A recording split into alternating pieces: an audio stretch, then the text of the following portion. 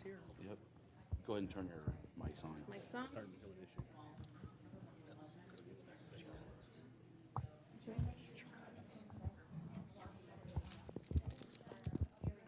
Ready? All right, welcome everybody. Thank everyone for coming. We'll go ahead and call the meeting to order. Can I have roll call, please? Here. Here. Here. Here. Here. Here.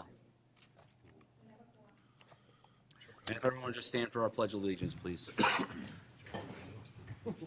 pledge allegiance to the flag of the United States of America and to the republic for which it stands, one nation, under God, indivisible, with liberty and justice for all.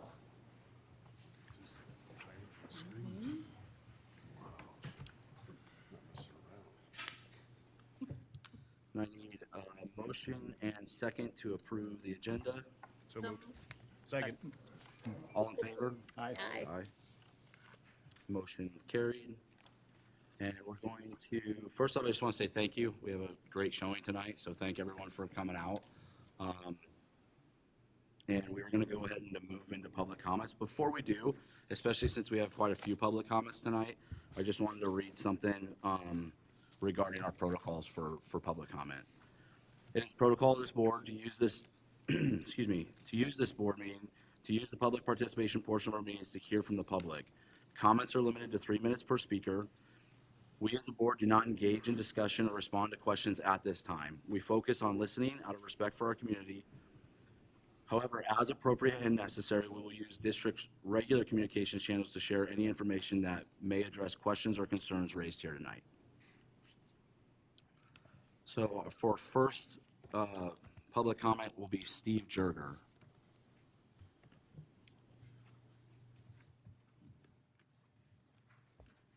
Good evening. I have some comments regarding the proposed tax levy. I'd like to focus on the levy calculation, specifically the cap levy or the corporate special purpose property tax, which excludes bonds and interest. The proposed cap levy would be 4.99% over the prior year levy, barely under the truth and taxation threshold that would force a public hearing. But just because there is a ceiling on the levy amount, the district doesn't have to levy up to that limit. Looking back over the last 6 years, the average consumer price index was 3.9%, but the district's average levy was 6.3%.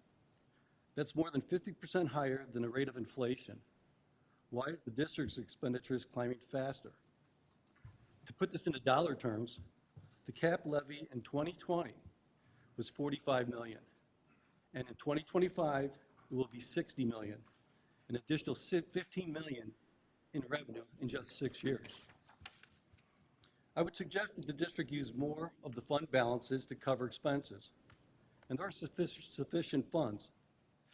The district's current budget report shows estimated operating fund balances at the end of the fiscal year would be $42 million, more than enough to keep the tax levy in line with the CPI without jeopardizing the operations of the district.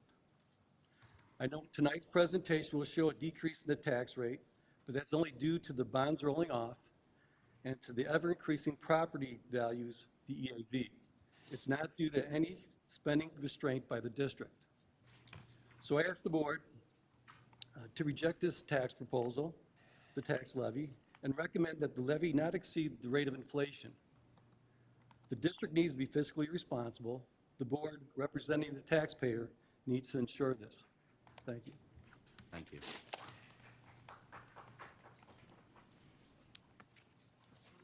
Next, Alicia Hahn. Did I say the last name correctly? Hello, everyone. My name is Alicia Hahn, and I use she, her pronouns. I am the Family and Community Engagement Specialist for Birth to 5 Illinois. In case you're not familiar with Birth to 5 Illinois, we are a department of INCRA. We are a nonprofit organization that works locally to build stronger, more inclusive, and equitable early childhood system. Birth to Five Illinois puts the family stories at the center of policy and program decisions. We were created to better understand how to help families with young children thrive in their communities. We listen to families and document their challenges and successes around accessing childcare and early education opportunities. And some of those caregivers are residents of this school district. So we listen, we ask questions, and then we share what we learn. As a part of our work, we share the feedback, the wants and the needs of the community to the leadership who can bring about change. Leadership including the Regional Office of Education and the 9 school districts that comprise Kane County, as well as the local and state elected officials. Over the past 2 years, Birth to Five Illinois regional team has published an early childhood regional needs assessment, a mental and behavioral health report, and an action plan that not only outlines some of the challenges within our local early childhood system, but more importantly, makes recommendations and outlines these action steps on how we can better support children throughout King County. Our Birth to Five Illinois team is currently working with providers, local community leaders, libraries, and families to address the recommendations that they've talked to us about. Their continued feedback and input will serve as a roadmap for our work. And we also work alongside our funders, the Illinois State Board of Education, and look forward to the new Department of Early Childhood that will encompass several existing programs under this new state department starting next year. As we continue to engage with local leadership, we also seek to engage with the school district administration. We know that school districts play a critical role in aiding parents and caregivers. We want to make sure that the school district administration understands the importance of reaching children in the community as early as possible, even as early as birth. That way, families can make informed decisions and access early learning and care opportunities for their children. I would invite you to look at our reports, and that can be found on our website, which is at www.birth5il.com, and look at the information that we have been gathering over the past 3 years. Thank you all so much for your time. Thank you.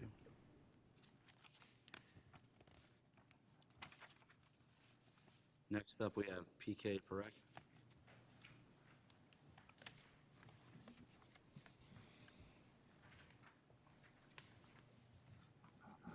Good evening, I'm PK Parekh, here to comment on school safety. As you know, 2 weeks ago, federal agents were active in the vicinity of Country Trails and later in the day, Prairie Knolls. Thankfully, nothing happened at those schools or in front of young children.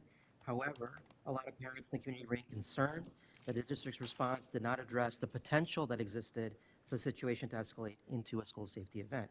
The level of concern from parents would have been much lower if the administration's judgment call in the moment was to keep kids indoors for gym and recess as a precaution.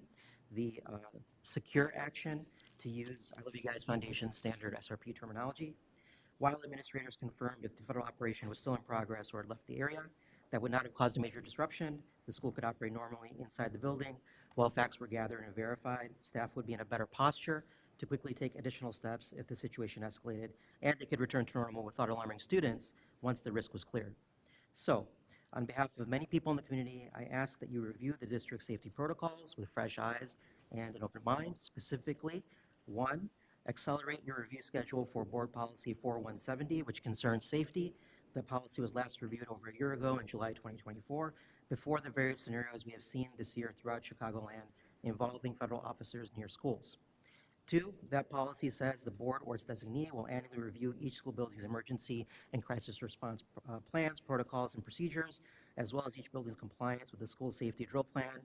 I don't recall the board itself covering those elements in an open meeting in the past year.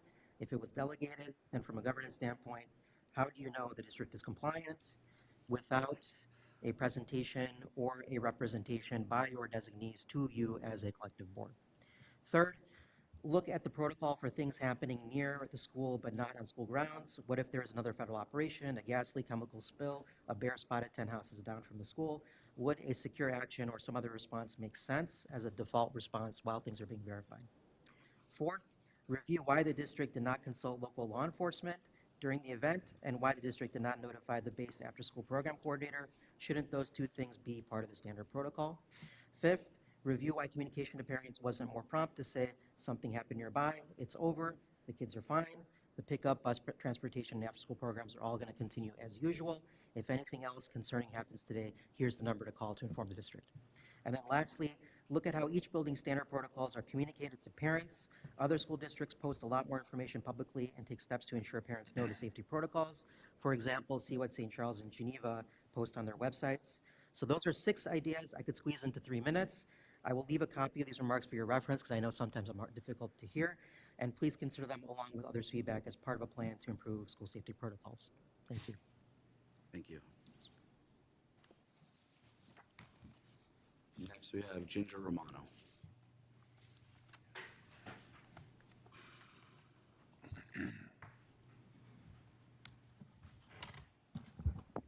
Good evening. I just wanted to comment about that incident from last week. I thought you guys probably didn't have any idea what was going on, so there was no reason for any kind of, as far as I know, based on what I read on social media, that there wasn't. I think if there was concern, you would have been contacted, is all I'm going to say. And thank you. So, the listening tour, I think that's a great idea. I'll do what I can to help rally up the people to attend those things. And I'm in total agreement with Steve on the levy stuff. Yeah, I noticed it went to the maximum levy without having to go through the truth in taxation. I think the whole state's spending a whole lot of our money, and our pocketbooks incomes are shrinking basically because of all the tax we're paying between whatever, all the things going on in this state, and then schools on top of it, the counties, another one. Everybody's taking more out of our paychecks, and somewhere it's got to end. I mean, everybody here, we're asked to tighten our belts, but for some reason government doesn't. So anyway, that was all. I wanted to keep it a little short, and thank you. I think you guys are doing a good job. So thanks. Thank you very much. I think that was all. I think that's everybody we have for public comment. So next we will have the audit report for Central 301 and Northern Kane County Regional Vocational System. Tonight we have Sheridan Jorgensen here with the CGN to report out both Central's and Northern Kane's audit. All right, good evening. I will just spend a few minutes going through the results of the audit report for both Central and Northern Kane. I'll start with Central. It currently is still in draft form. We are waiting for some compliance information from the federal government in order to finish the testing for the federal grants that you receive.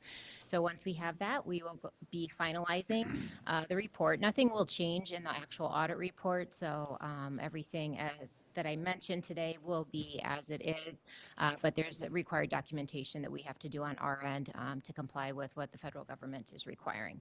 So hoping to get that soon. Of course, the shutdown did not help any of that, so we'll just see how it goes. So just wanted to start off by saying thank you to Dana and everyone else in the office, all the work that they do for both audits to get everything we need. They do a very great job throughout the year as well as at year end to get us the information. So just really appreciate all of their work. The audit went very well. We were out here in August and issued the report or the draft in October.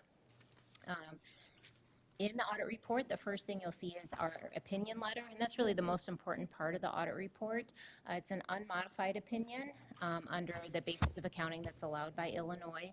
And what that means is that based on all the testing we did and everything that we looked at, that we felt the financial statements were free from material misstatement. And so the other thing that it talks in there is about internal controls. And while we don't give an opinion on that, we do spend a lot of time looking at that.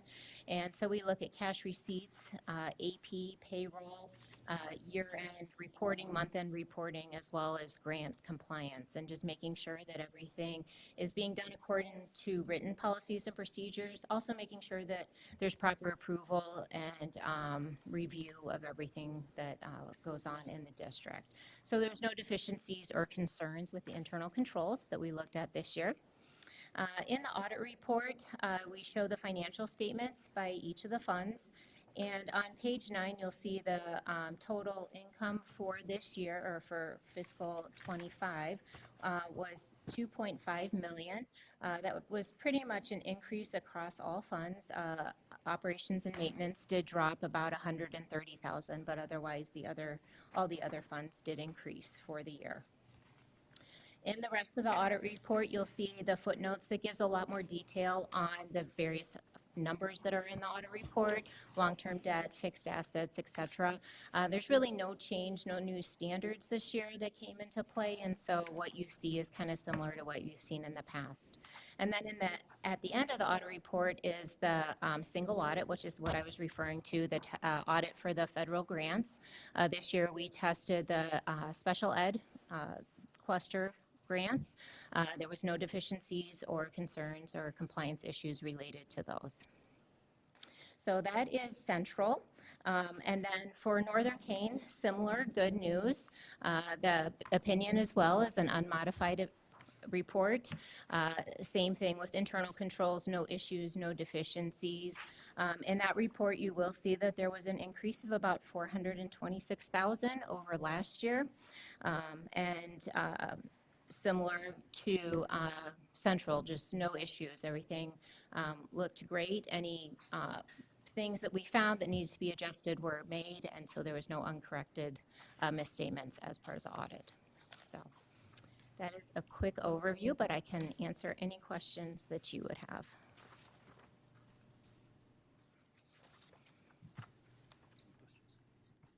No questions. All right, sure. Appreciate it. Have a good evening.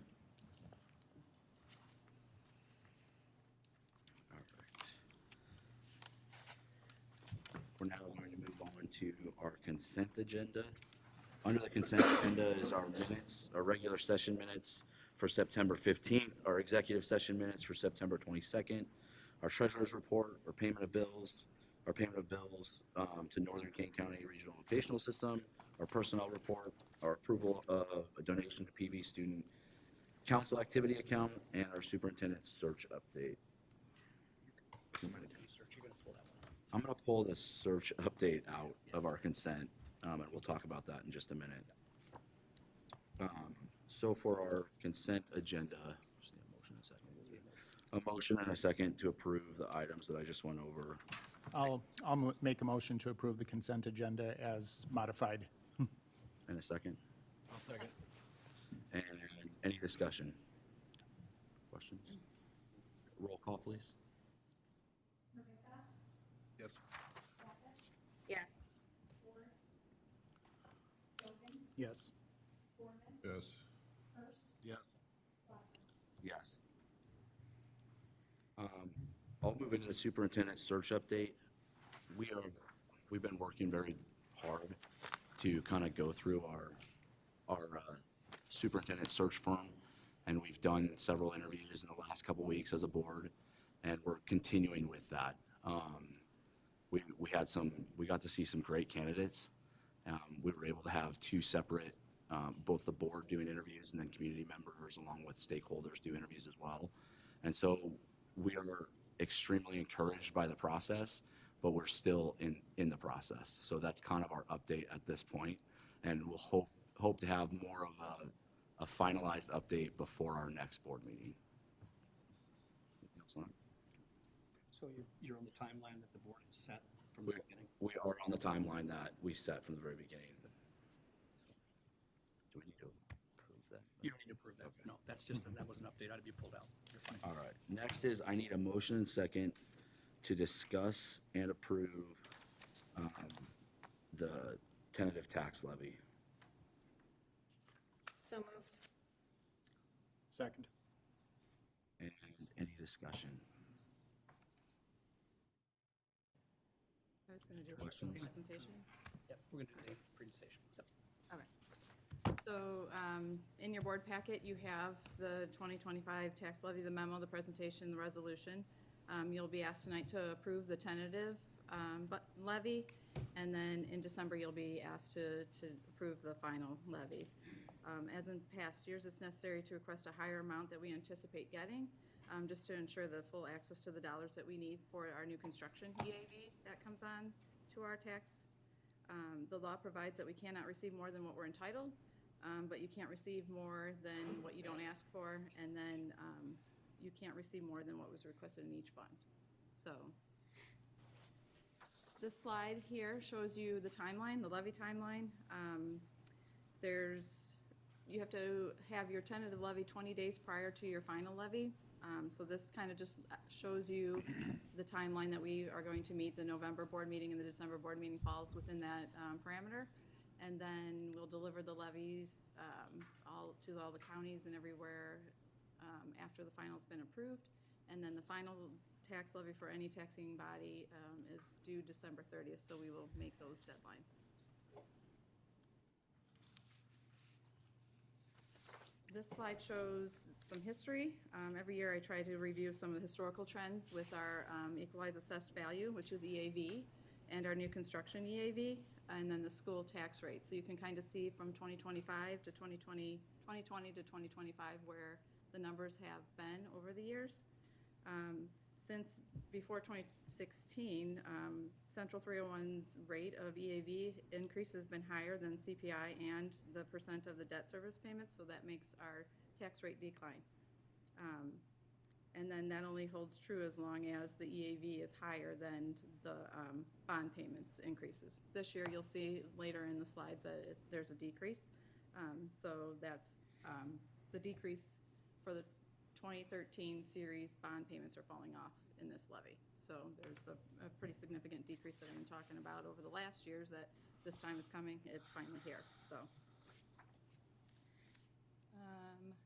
we're estimating our EAV to be 1.2 billion and our new construction to be 24.2 million, and our estimated tax rate would be 4.95. This slide is just a graphical expression from the prior slide, just to show you for visual, EAV goes up and our tax rates are going down.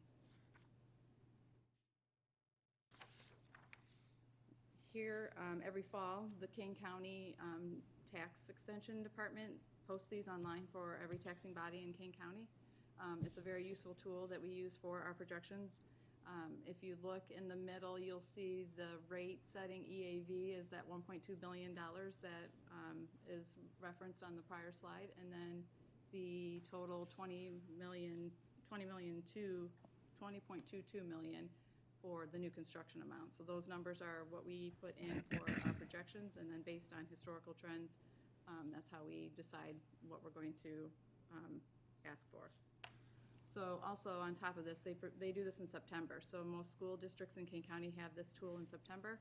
I personally reach out to the director in November right before this levy to make sure to see if there's any newer numbers. New construction did not change, but the EAV did change a little bit. So this report is actually from November 10. So it's as close as projections that they can give us.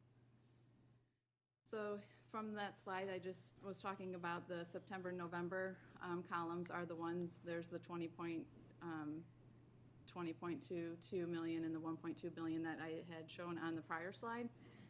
And then the projections that we are projecting that our new construction is going to go up to 24.2 million and the final EAV would be 1.268. So historically, our EAV goes down. The last 3 years it's gone down 3 to 4 million. So that's where the projection for that drop is. But our new construction usually comes in anywhere from $1 million. In 2023 it was $9 million. That was a huge anomaly. But 2024 was a little over $3 million.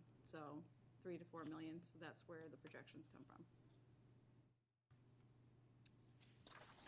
So this slide shows actual variables. So last year's tax extension base at 58 million, and the CPI that is used for the levy is 2.9%. And then the projected variables that we talked about in the prior slides are on the right side. This slide I show every year, it's commercial EAV. It shows you all the Kane County schools, and it's just the commercial equalized assessed value. So Central's always at the bottom. Kaneland and Central have the least amount of commercial in our taxing districts. And that's why we have higher tax rates on the residential's backs, because we don't have the commercial that D300 and 303 in them have. So I think Central was at 43 million. Kaneland is the second lowest at 77 million, and then your D300 has 675 million. So huge difference in those spreads, but it's just a quick visual to see commercial. So this slide shows a bunch of numbers on here. This is a really useful tool that encompasses all the information that you need to create a levy. This is a sheet that our finance people, PMTA, has put out that a lot of school districts use. And on the left side of the screen in the blue boxes, those are the actuals knowns from the prior year. So that's what we got last year from all of the levy dollar amounts by funds. And then the top portion in the middle, the original assumptions, that's where you'll see the CPI is 2.9, and you'll see those projections of the 24 million two for the new EAV, new construction, and the total EAV for the 1.2 billion. So then all of those fall into the levy amounts for each one of the funds on the far right. At the very bottom, you'll see the bond and interest. You'll see that our payment was 9.5 million last year. It's dropping to 1.9 million this year. So that's where a huge decrease is. And so that is going to affect the tax rate, total tax rate. And then if you look in the green boxes in the levy amount asked, in the middle, there's by the funds, the IMRF and Social Security and tort funds. Those funds, we are asking for less than what we anticipate the expenditures to be. So this is new this year, that we actually are under levying in those funds to use up the fund balances that we have had in those accounts. So if the expenditures are 9 million or 980 some thousand, I can't read that little number up there, but for the IMRF fund, we're only asking for 670 to reduce it. So that is something else that is playing into the formula to be able to keep it in that line, which is what the community member brought up today. So the recommended levy is $60,910,000 we're asking for. We're only expecting to receive $60,860,000. It is below the 5%, so you do not need the truth in taxation hearing. So the total new dollars that we expect to get from this levy is $2.8 million. The bond and interest levy, you see it's the $1.9 million with a 79% decrease. So total all funds anticipated decrease would be a 6.93%. Our tax rates, we're anticipating to be from 5.87 last year down to 4.94. That's a 92-cent decrease in taxes, as long as my assumptions hold true. So if EAV is less than it's projected, the tax rate could go up a little bit. If it goes in higher, then it'll come down lower.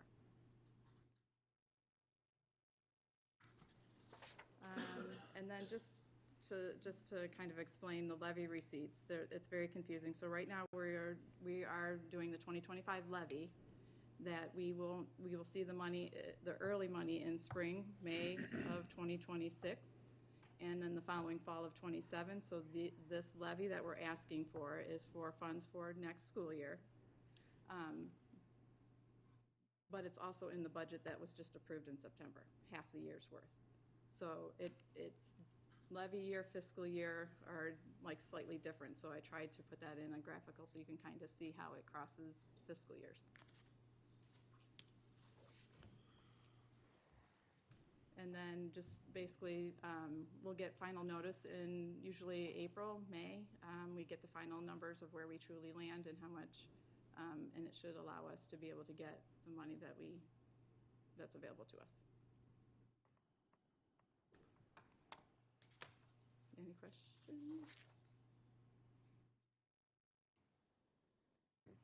Nope.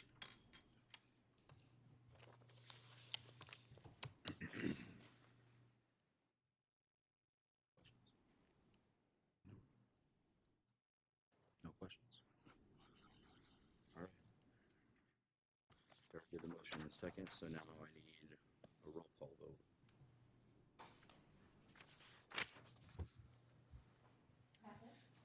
Yes.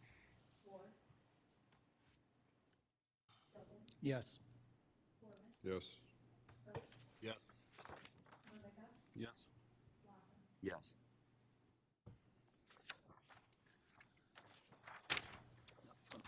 All right. We have several presentations tonight. So we will start with Central District 301 Summer Internship presentation, and I'll turn this over to Todd, Terry, and Nancy.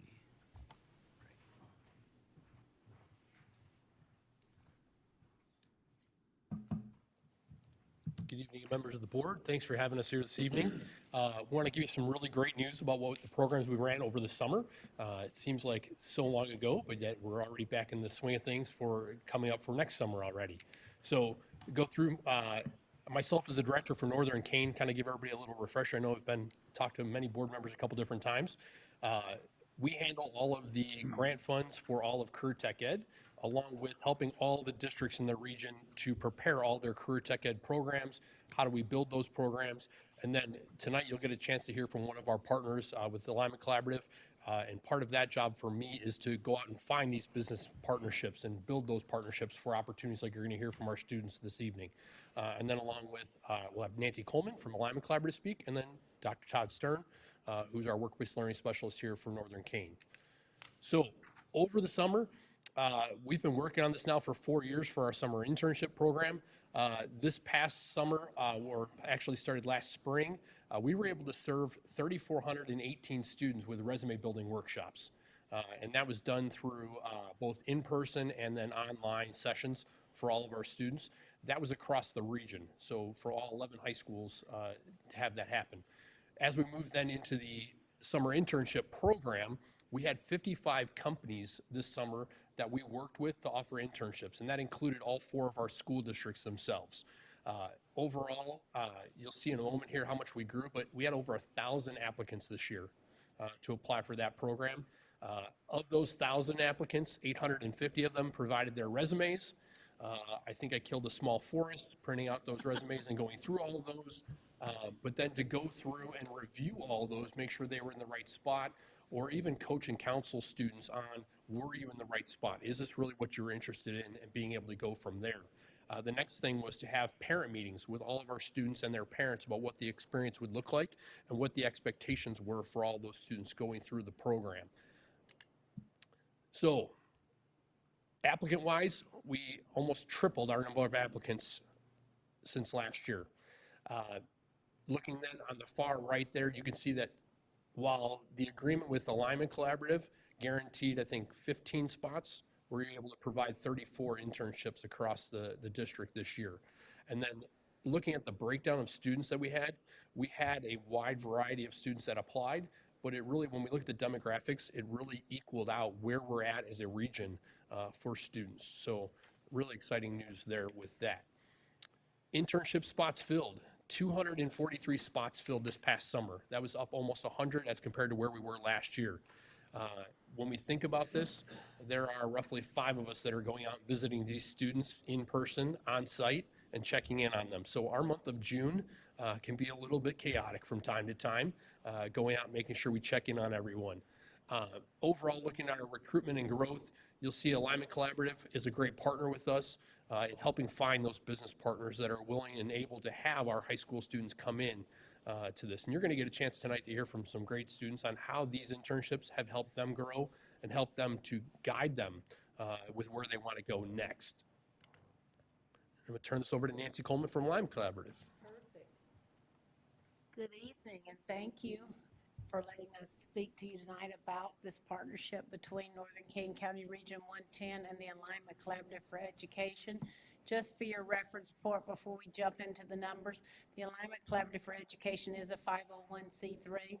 We do not belong to any one school district, but serve 4 school districts, U46, 300, 301, and 303.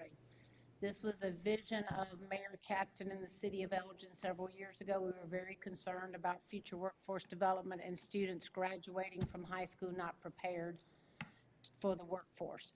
And so the whole idea behind this internship experience is to give them that real experience so we have better decisions as we leave high school, moving into whether we go directly to work, whether we go to the community college system, or whether we go to the university system. Just to give you an idea of the community investment, when I say community, I'm talking region here. When you look at it, we had, as Terry mentioned, we had 55 organizations participate. The 243 internships are paid opportunities for the students. That investment alone puts about $240,000 back in students' pockets. What is even more powerful in all of this is the amount of volunteer hours that were invested. This is just the internship program. This does not talk about all the other work that Alignment and Region 110 do in the community. The return on investment on just this program with 243 students placed was over $700,000 back to the 4 school districts and back to the community. So overall, I can't say enough good things about this program. It continues to move. Oh, you click for me. Perfect. Just to give you an idea, you almost have to be a jack of all trades in this job. My background's aviation, and then it was mostly community college settings in Georgia and South Carolina.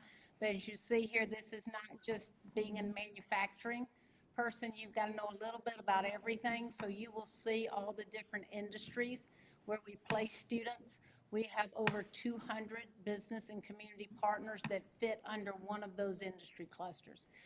I want you to also notice the size of the districts. U46 is the largest with 123 placed. 300 had 60 placed. Then 303 had 26. But what's very interesting, 301 is the smallest of the districts, but had as a percentage of placement of population much higher, which tells me that the 301 students are competing very strongly against all of these other school districts. So I think that's important to know. This actually gives you the breakdown by school, all 11 high schools that are under the Alignment umbrella and under the Northern Kane County Region 110 number. So as you see, again, you've got high schools much larger and districts much larger, but Central is competing very well for those slots. And then this just gives you some ideas of some of the new programs. Advocate Sherman is a very large, very important partner to us in attracting more healthcare internships. We have pharmacy there, medical rotation, medical assisting. We also have Athletico.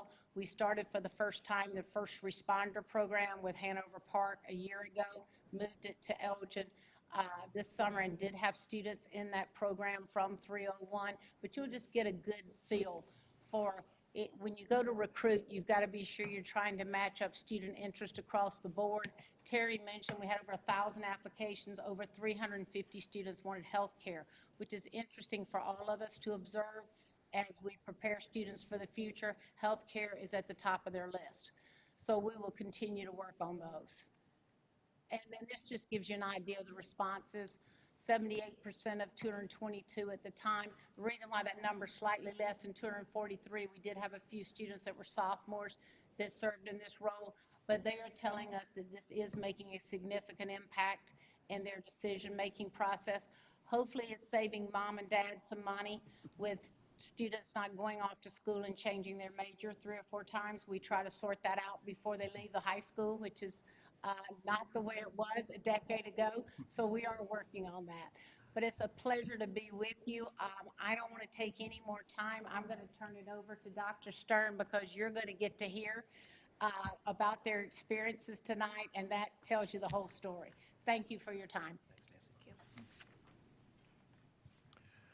Good evening, Dr. Kilroy, Board of Education members. It's an honor to be here and introduce these 4 outstanding student interns.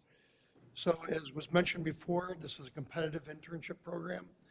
Central 301 had 34 placements across 10 different career fields. And tonight you're going to hear from some of these exceptional students about their internship experience.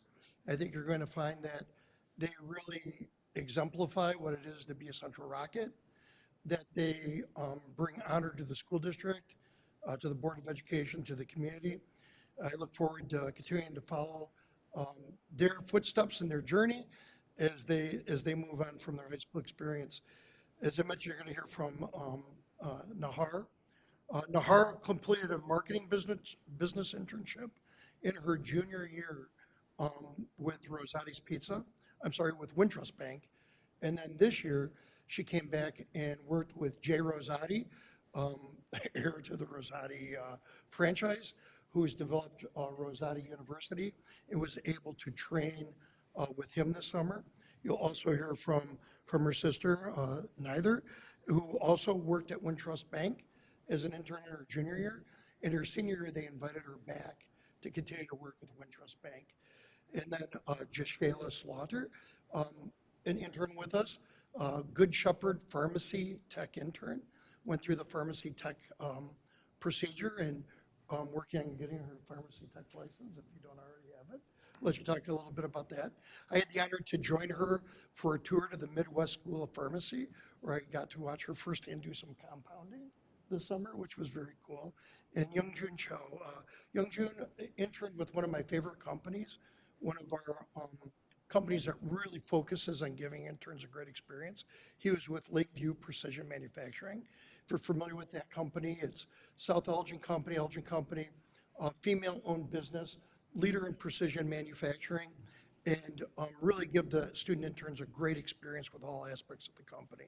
So with no further ado, I'll let them answer the 2 questions that we posed to them about their role in the internship and their experiences that they've walked away from. Thank you.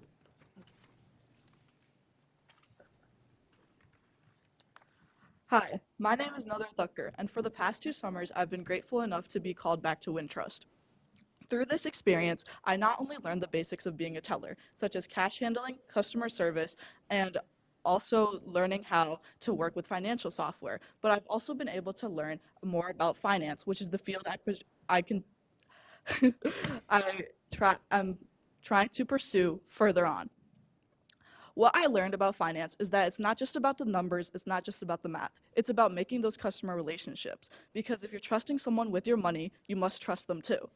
I also was able to learn about more fields that I didn't even know existed before, such as wealth management, which really piqued my interest. It was a field that I didn't even know existed until I was working there and got to talk with their wealth manager about what she does and what she has done in the past to get to that position.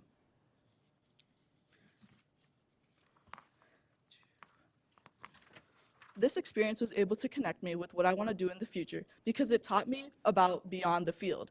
And these internships truly allow students to decide that. And it also lets them to embrace every opportunity. As a part of my internship, they had a family and friends day, which we didn't have to go to, but me and my twin decided to go anyways. Through that experience, we were able to connect with other people in the industry as well and build things such as our LinkedIn, which is going to be very beneficial to me in the future, wanting to go into a field that connections really matter in. That's why I believe that this internship opportunity truly is great, because not only does it let people decide if what they think they want to do is really what they want to do, but it also lets them get their foot into the industry. Thank you. Thank you.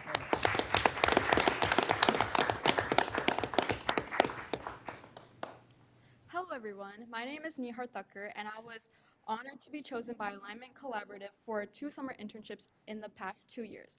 My first internship was a bank teller at Wintrust Bank, and during that internship I handled cash, I gave great customer service, and I just helped customers with great banking needs.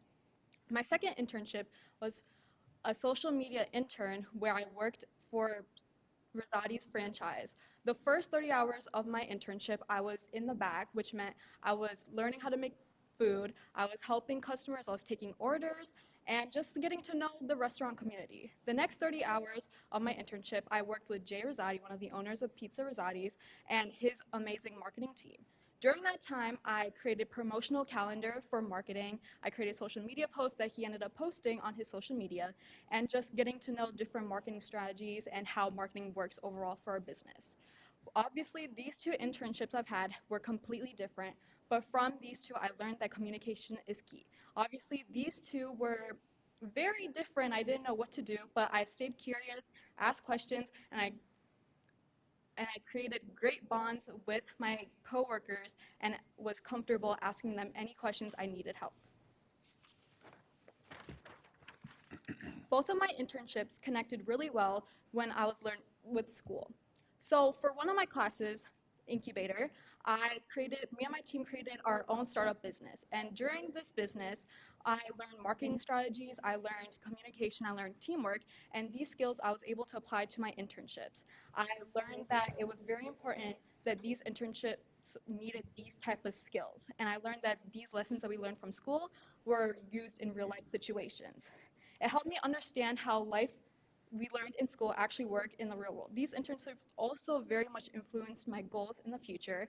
So I have currently I'm going to be majoring in business administration in college, and I feel like that I love working in both marketing, connecting with people, and just like taking my creativity and impacting others, which is why I love business administration. And these internships help me decide what major I want to do, because I'm a very indecisive person, and I feel like these internships I had helped me choose my true major and what I'm actually capable of. Thank you.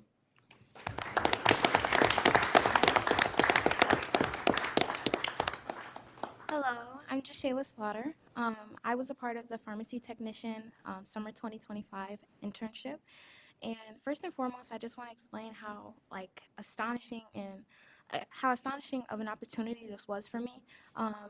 As At a very young age, I knew I wanted to be a part of the healthcare field, and pharmacy is probably one of the last things I thought of. It's not something that people typically think of when they think of healthcare. Everyone's always like dentistry, doctor, nurse, but pharmacy was something that didn't really cross my mind. So being able to be a part of this internship was really amazing. We were able to visit the college, I forget the name, but we were able to do a lot of compounding and everything. Working under the pharmacist at Good Shepherd Hospital was amazing. I liked the fact that it wasn't so much patient interaction. I work as a CNA, a certified nursing assistant as well, so I do have a lot of patient interaction, and I was looking for something where I could still be a part of the team, but not have to break my back in order to work really hard. I wanted to be able to be a part of the team, but not work super duper hard, or at least not have it shown on my face. I currently work as a pharmacy technician for CVS, and it has been one of the best jobs I've had so far in my healthcare career. I really love it, and it is still patient interaction, which is a bit much for me, but it works out. I really do like my job.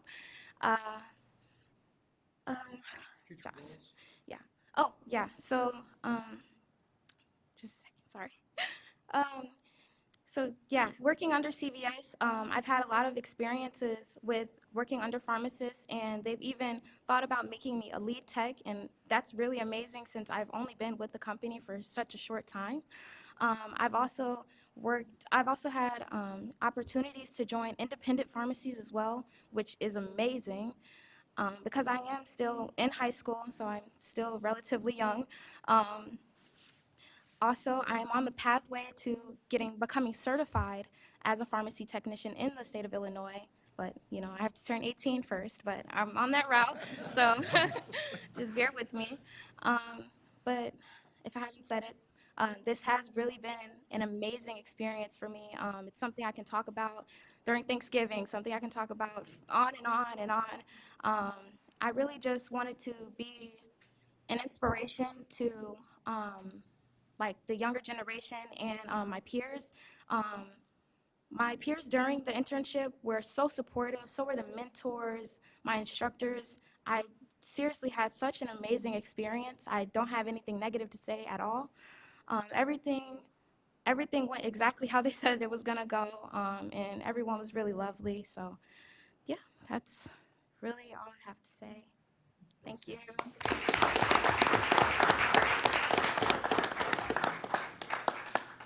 Hello, my name is Youngjun Cho, and I would just like to first give a huge thank you for Alignment and giving us students the opportunity to have these internships, and I will also like to congratulate these three who had these amazing opportunities. While I'm in my internship, I kind of just clanged metal together and just 3D modeling and such. But I had the pleasure of working at Lakeview Precision, and my job as an intern was just to shadow several employees within different departments, like secondary, quality control, engineering, and actual machine shop floor workers.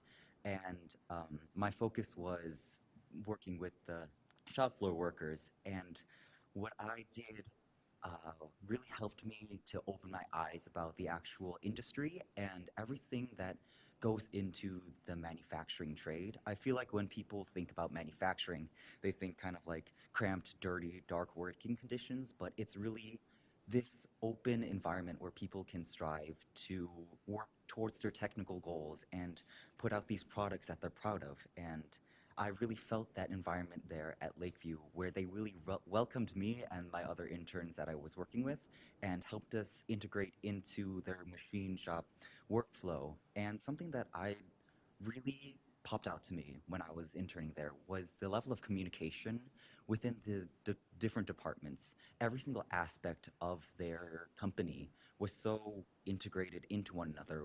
Each department could not survive without one doing their job. Everything supports one another, and that's something that really wasn't on my mind as I entered, but as I left, I understood the importance of building those relationships between people, not just the people that you work around, but everyone that is involved within the process. And how this internship connected to my class and my curriculum. Just for background, I take Advanced Manufacturing 3 at Hampshire High School through the Pathway programs, and when you work in a classroom, there's a certain sense of control, and when you're working in the actual industry, you have to be able to think on the fly and really apply your knowledge in a way that isn't so controlled in a classroom. And I found that really challenging, but also really fun, and allowed me to use my abilities to the best and also learn from actual people who work out in the field. And it was just an amazing opportunity to be able to work with such an amazing company. One of the memories that I will always hold with me is at the end of the internship, the company threw a little barbecue for all of us and all the interns, and we had just a little celebration to celebrate our accomplishments and what we accomplished at the place. So yeah, I'd just like to say thank you for this opportunity to be able to speak on our experiences in front of the board, and thank you.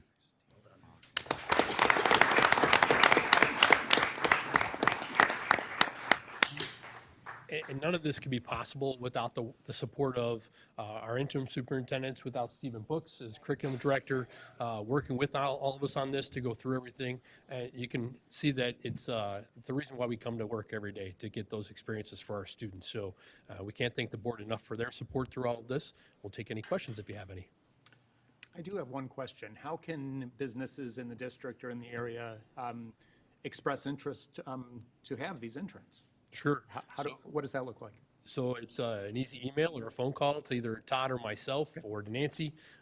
We strive ourselves on going out and finding out more about the business before we just say yes. We want to find out why they want to have an intern, what the internship process would look like. We work really closely with all of them to describe those, or particular those job descriptions for the internship. And that way, as some of the interns said, they were, told up front kind of what it would be like, and it was exactly like what we had said for that. So we want to make sure that we continue that process. So I will make a pitch that we've had some architectural interns, and we would love to have more. And I will give you the business card. I might know somebody who does that. Just maybe. Thank you both. All right. Thank you very much, everyone. If I could say one thing, I've been in multiple high schools.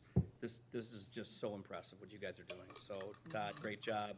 Terry, great job. Nancy, this partnership with the Alignment Collaborative is just, I think I told you the other day, you want to bottle this and sell it outside, because it's just, schools would die to have something like this. And for us to have it be a trendsetter in 301 is really testimony to the work. But you kids were outstanding. I mean, it's reminding me of what I didn't have at your age. So nice work. I appreciate that. Great job. Student, thank you so much for coming and talking to us. It's awesome to hear about your experiences. Thank you. Thank you. Thank you.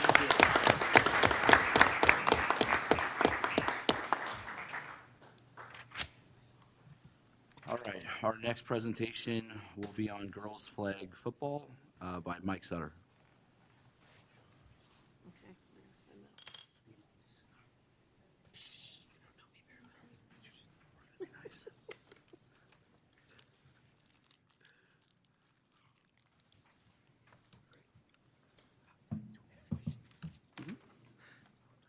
After listening to those 4 stories, I feel like I was a slacker in high school.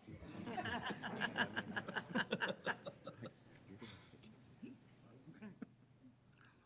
we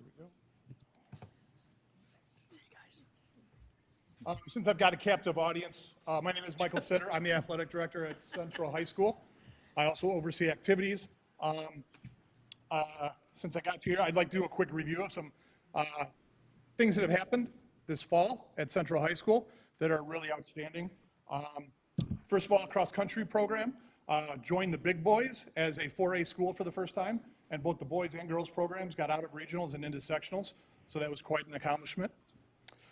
Our football program finished with a record of 10-2, advancing to the quarterfinals and representing Central High School quite well.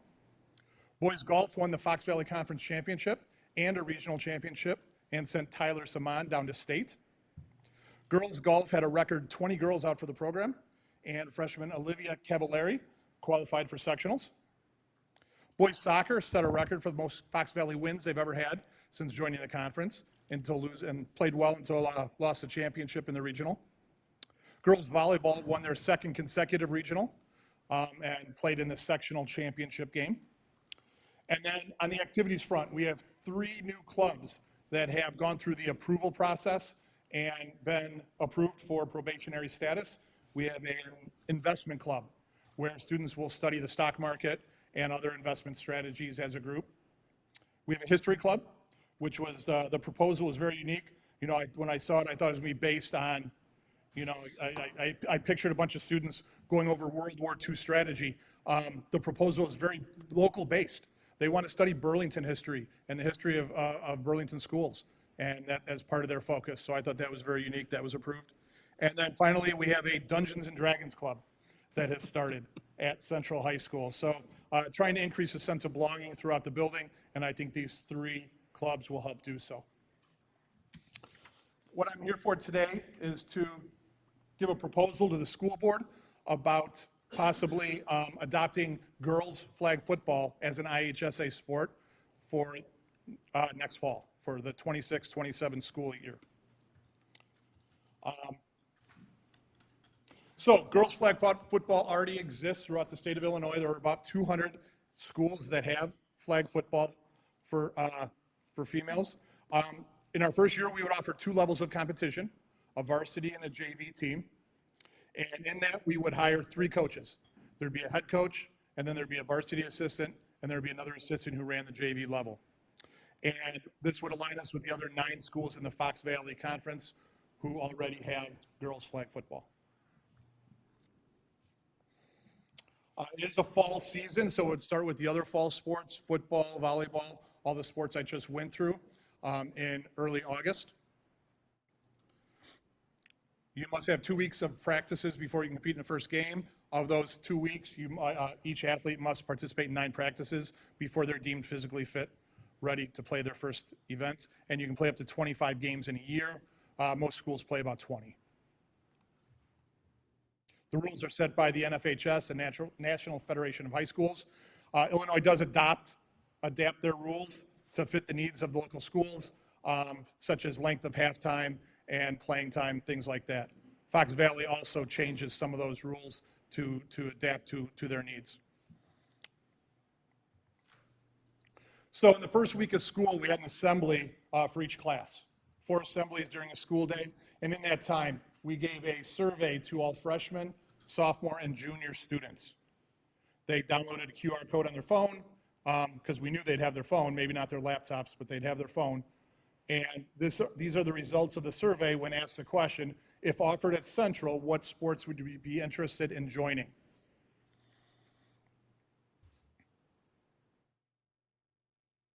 So I was here a couple months ago, and I had talked about some of the logistical strengths and weaknesses of each of these. You can see flag football did very well here with 106 respondents being interested.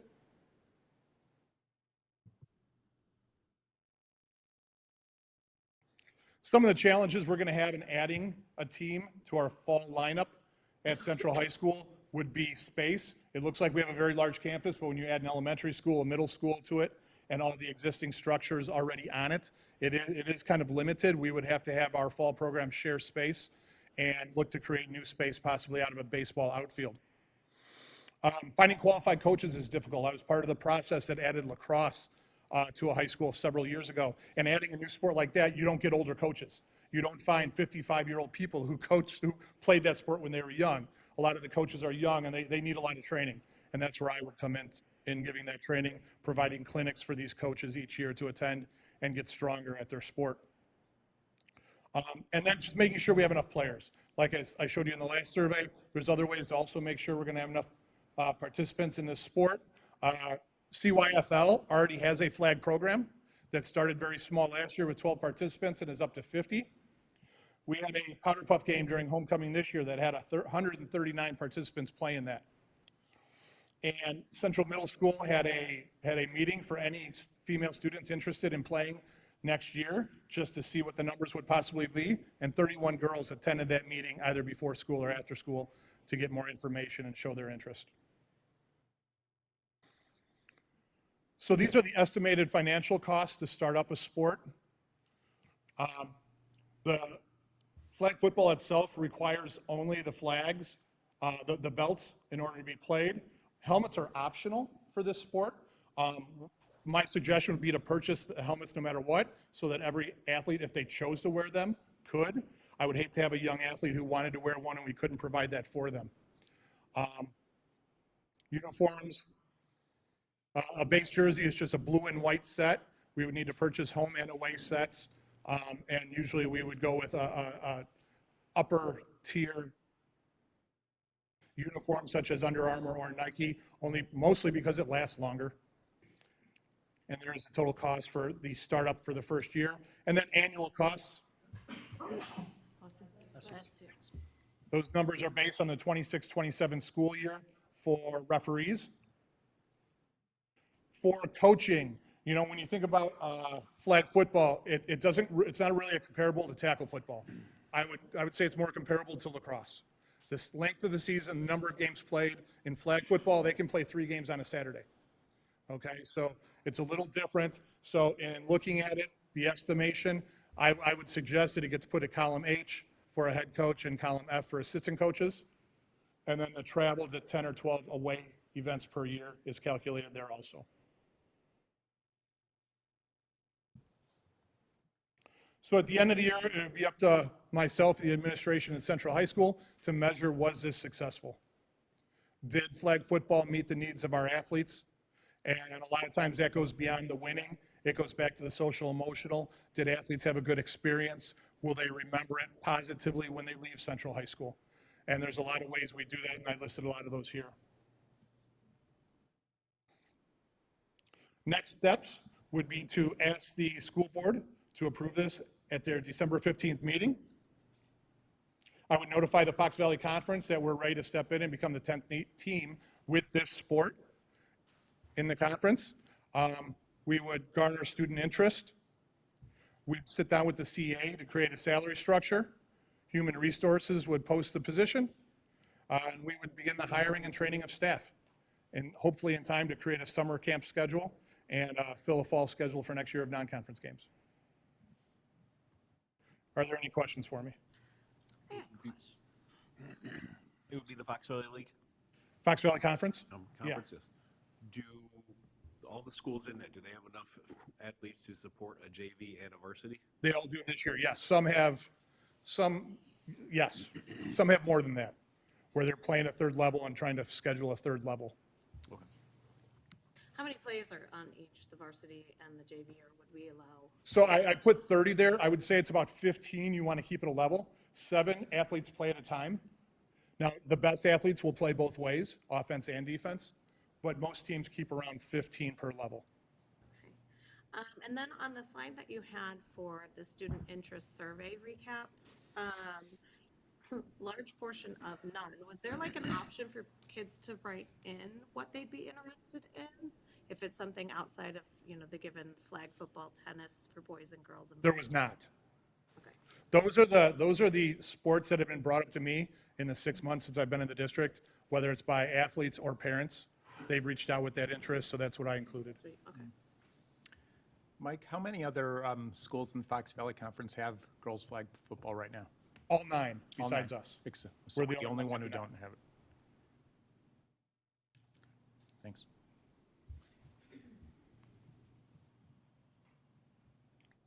Well, thank you for your time. If you think of any other questions, please shoot me an email, and I'll be glad to get back to you. Thank you. Thank you. Very much. It's our hope that if the board's okay with this, we would bring it back then and ask for a formal action item on this. If you guys are good with it, we'll be back here in a couple of weeks. Okay. If there's any questions you have that pop up, you can just email it to me. I'll get them. Thank Or you. to Kyle. Yeah. Great. All right, next presentation will be CEF elective survey results by Stephen Books and Dee. Thank you. Oh, goodness.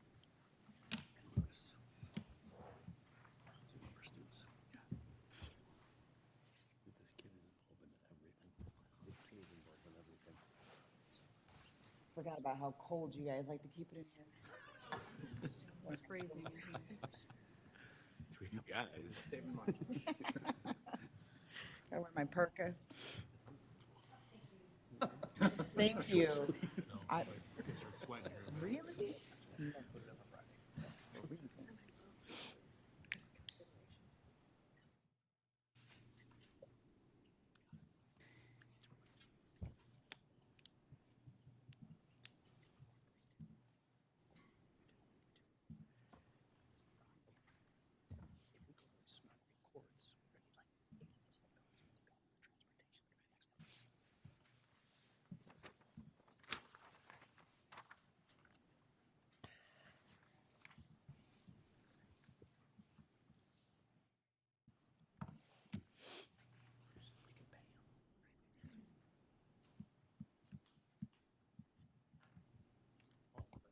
Okay.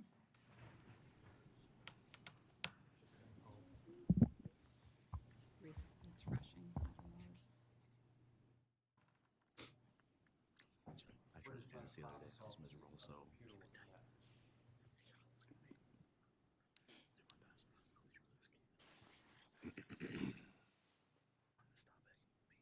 I only have it through the board book though. Is that okay? You have,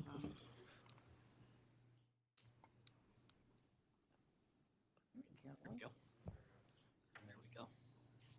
this is in board book, because I don't actually have your presentation. So I'll just scroll down. Thank you. Dana, you'll be my Vanna? Okay. Oh, gosh, you got that small. We can't do slideshow mode for that part? Oh, no, okay. All right, first I'll introduce myself. I am Dee Hemphill, part of Central Education Foundation. I am the president. I also have 2 students in the district, one at the high school, Lana, and one at CMS, Elise. And I'll let you introduce yourself. My name is Lucas Goff. I'm a junior at Central High School. I'm the Executive Student Council President, and I'm also involved in a variety of other clubs there as well. All right. So for those of you that are not familiar with the Central Education Foundation, we have actually been around since 2008. And we are actually the first organization of its kind. What that means is that we actually provide funding for all 7 schools. A little bit different than some like the PTOs or PTCs where they're kind of designated to a certain school. We actually fundraise for all 7 schools. So what we do is we partner with the superintendent. In this case, it's Kyle is the one that we've been partnering with.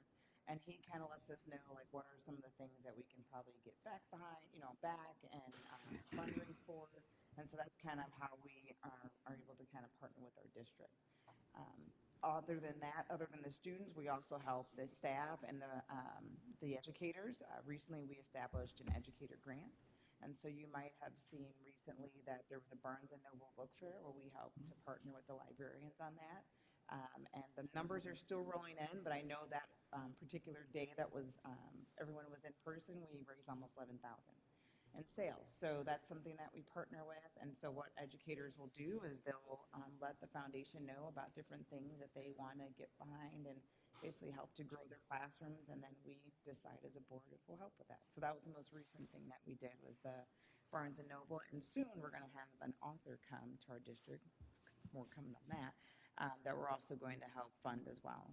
Our mission is to offer, community-wide support for innovative programs and equitable opportunities for all of our students by identifying and distributing alternative resources. So a lot of times a district obviously can only provide so much funding. And so what we do as a foundation is we will raise funds to help basically back curriculum-based programs, which is what we're going to kind of talk to you about today. Next slide. Thank you. So just kind of let you know some of the things that we've done in the past. So we provided funding for the incubator program. You heard that recently one of the students was part of that. Also the Vet Tech program as well as Mobile Maker. We have 3 scholarships a year that we give out. I like to pat myself on the back. One of our scholarships is the highest that our district actually gives out, which is around $2,000 that one individual can get.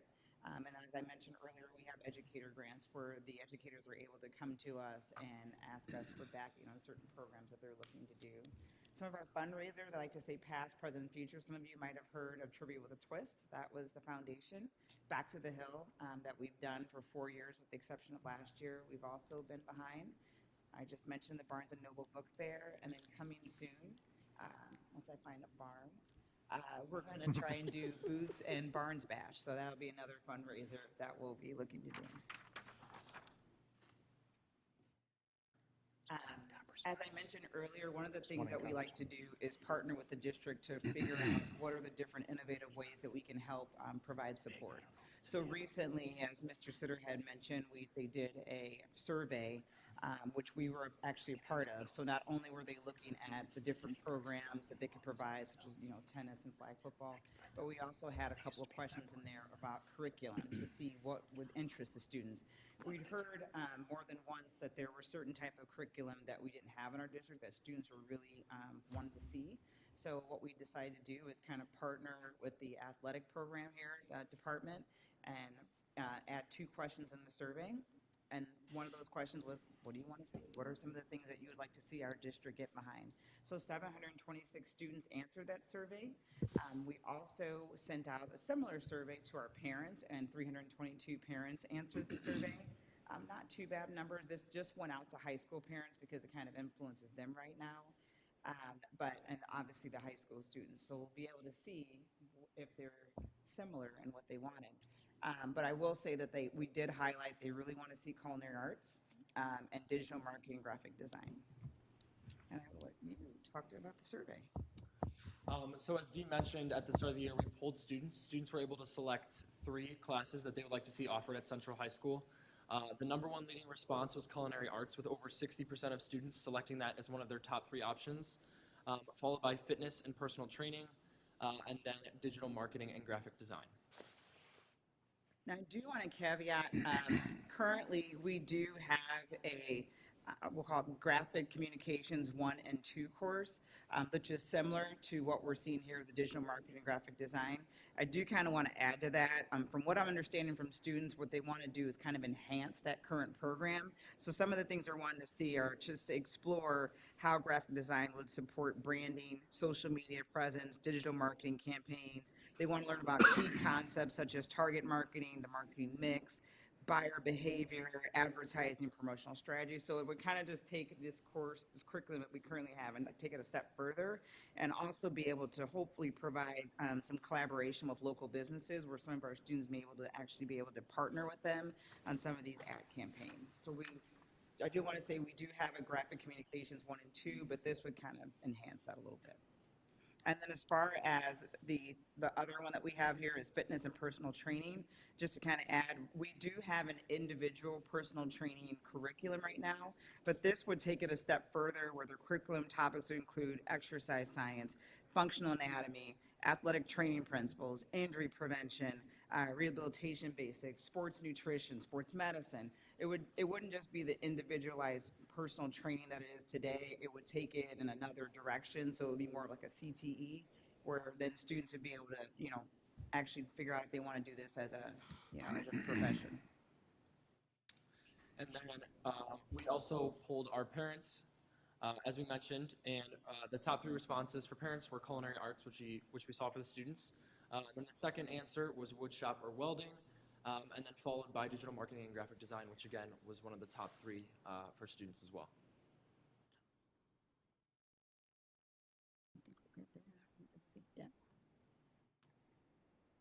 So for the foundation, the next steps for us would be, first we obviously wanted to bring this forward to you all just so that you could see what some of our students and parents are looking for as far as curriculum to be added.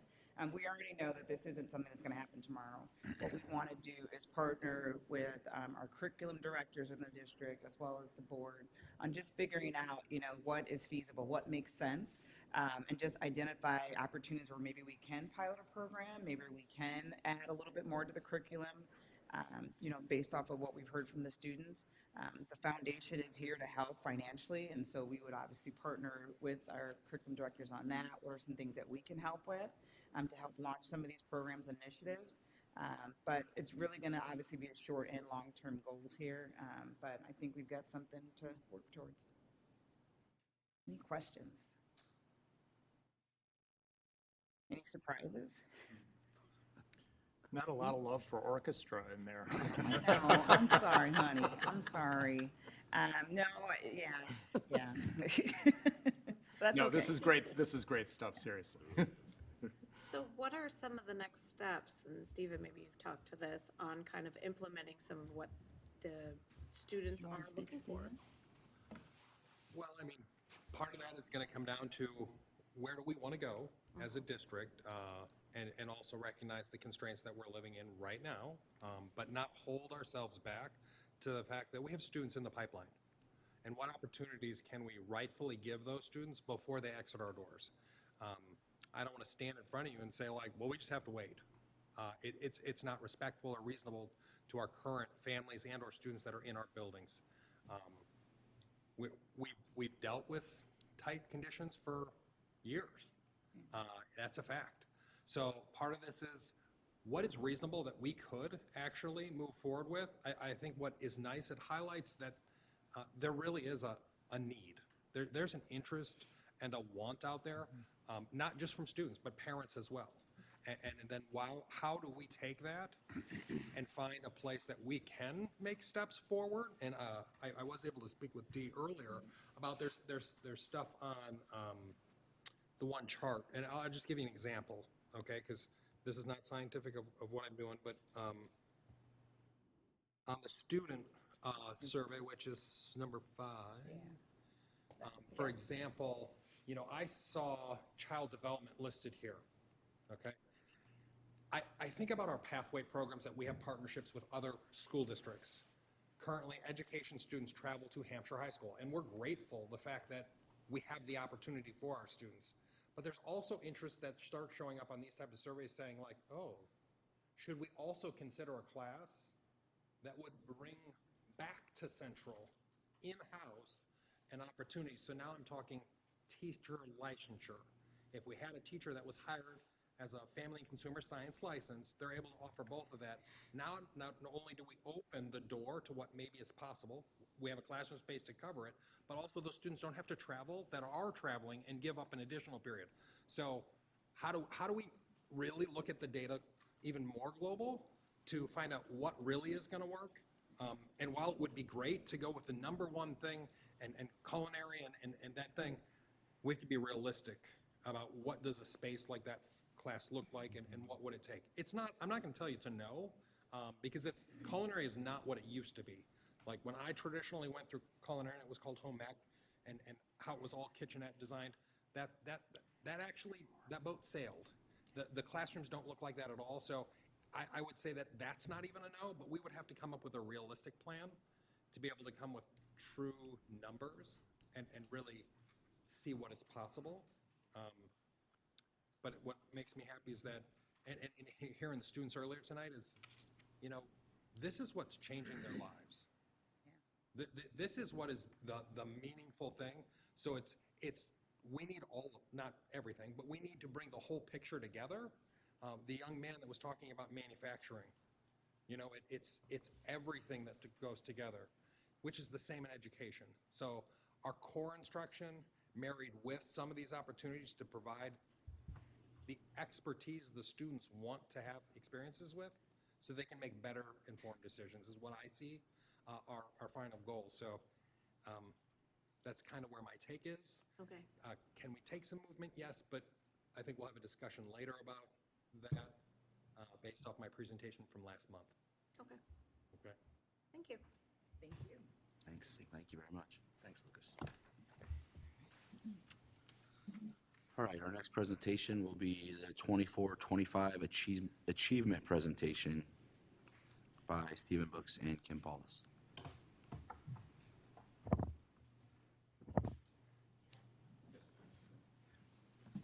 See if mine works.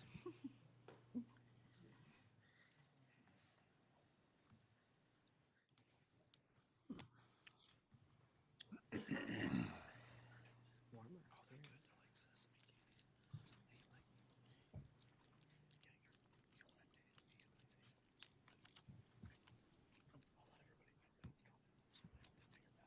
There you go. Oh, it is. It's my computer. It always does it. The new laptops. All right, so we're going to present, we present this annually, but I do want to give some kind of background information on some of it because some of you maybe haven't heard past year's presentations, so I don't want to make assumptions on the fact of like, oh, you were all sitting here last year. That would be wrong of me. So this is based off what we're kind of performing at on a nationalized level. So I've been up here before. I'm Stephen Books. And I'm Kim Paulus. And we make up the curriculum department here and cover the entire EC through 12th grade curriculum. So the first thing to understand when it comes to designations, because we're going to talk about that, is what makes up the summative designations, and understanding that if you look on the slide, the left-hand side is kind of describing elementary and middle school bands for grade levels versus your high school on the right-hand side. You should see some key differences. So at your elementary, middle school, you'll see your ELA and math growth makes up 25% each, making 50% of what the designation is. You'll also see a division of the climate, kind of chronic absenteeism, other areas that go through that, including math proficiency and math and ELA proficiency. So some of these things, okay, collectively together are, let's call it weighted different to come up with the finalized number for summative designation specific to the elementary school. Whereas when you shift to the right side of the screen, traditionally this is how the state has done this. You'll see the high school has the composite graduation percent, and that is on a 4, 5, and 6 year number, because we do have students that take more than 4 years to traditionally graduate, so that is part of here, but it really has to deal with successful completion of high school and us being able to support them as a district on that. We are a district that does this very well, to be honest, for graduation rate, so, but that's 50%. Then you get back into math, ELA proficiency, science, all of those types of things that make up the high school one. So I just wanted to give you a little background information, and that's for this year's designation. Okay, this is going to change next year, but I want to be clear, this is how this year's has been calculated. So this is wonderful news, and we've got to give credit where it's due. You can see that we have 4 schools that are exemplary, 3 schools that are commendable. We are moving the right direction, okay? And you can see this based off the scores on the left-hand side there. There has been some movement on how things are rated, but we are super happy with the direction we're going. And you know, it will be great if we were all exemplary. I think everyone would be like, that's where we need to be, but we have to be reasonable too, that we're trying to manage the classroom environments. Teachers are in this every single day, you know, all day long. You know, an elementary teacher may be having the same population, you know, throughout the whole day. It's a tough thing to teach in today's era and time. So I'm not going to say that this is an easy task to do, and we should be really proud of all of our people that are doing this. I think it also reflects, bigger than our teaching staff, I mean, our bus drivers, our food service, our custodial staff, on the environment, because part of this is climate, that the district itself is doing a good job. So while the bulk may be on the shoulders of the teachers, and I want to recognize that, I also want to be honest and be like, it is a group effort, you know? But given a lot of this is test scores and that, I wanted to make sure I was clear on that. This is our same slide we've used for, I can't even remember how many years now, that talks really about our enrollment. So if we're talking about how we're comparing, you can see Central, and again, last year's data, not current data. So that's the one thing I don't want people confused and going like, but we have more students than that today. I know, we report that out. That is correct. This is about last year's population data, okay? And if we look, we're at 5,018. You can see where we're at. We've passed Batavia, Canelan, we've already did that, Geneva. So we're moving that direction. We're all aware of that. But I'm just going to highlight again, what's the big difference between the ones that are listed up there? Our demographic breakdown. If you look at our enrollment and you look at percentages going down, 57% white. If you go across, you got a 79, you have a 69.8, a 74. That means every other population in our district is larger, okay? And we're performing. So just keep that in mind. So that's really a good thing to be considering. It is. So now it's my turn to talk about the IAR. So the new IAR data, just so everybody knows, and these are, I know that you guys could know this, but just putting it in here for everybody that they've right-sized it, and Illinois did this, right? So we historically have looked at our cohort data and followed like 3rd grade to 4th grade to 5th grade, et cetera. We can't do that anymore. And the reason is, well, this is our first baseline. It's this year. So we've, Illinois right-sized it. So they took the lowest 2 categories and they've made it 1 category now. So they don't care how far below you are, you're just not there. You're just below proficient now. The other thing that Illinois did was they adjusted the bar for what proficient was. They looked at, they did this through national studies. If you go online to the Illinois website, it'll state all the things that it did to right-size it. So their goal was to give us more accurate and meaningful data. And with that, they had, you know, the 4 things that we need to keep in mind is that this is a new starting line, so we can't go back to the old cohorts that we had. The one thing that we wanted to stress is that this is no change in schoolwork. The curriculum's still there. All of those types of things are still in place. It's just the cut score on the IAR that changed. They did this to say that they wanted the IAR, the science test, and the ACT, SAT all have the same 4 bands now to look at those. So you've got above proficient, proficient, approaching, and below. And they looked and they said, okay, well, what test scores look like or what were grades and being success at a college level look like?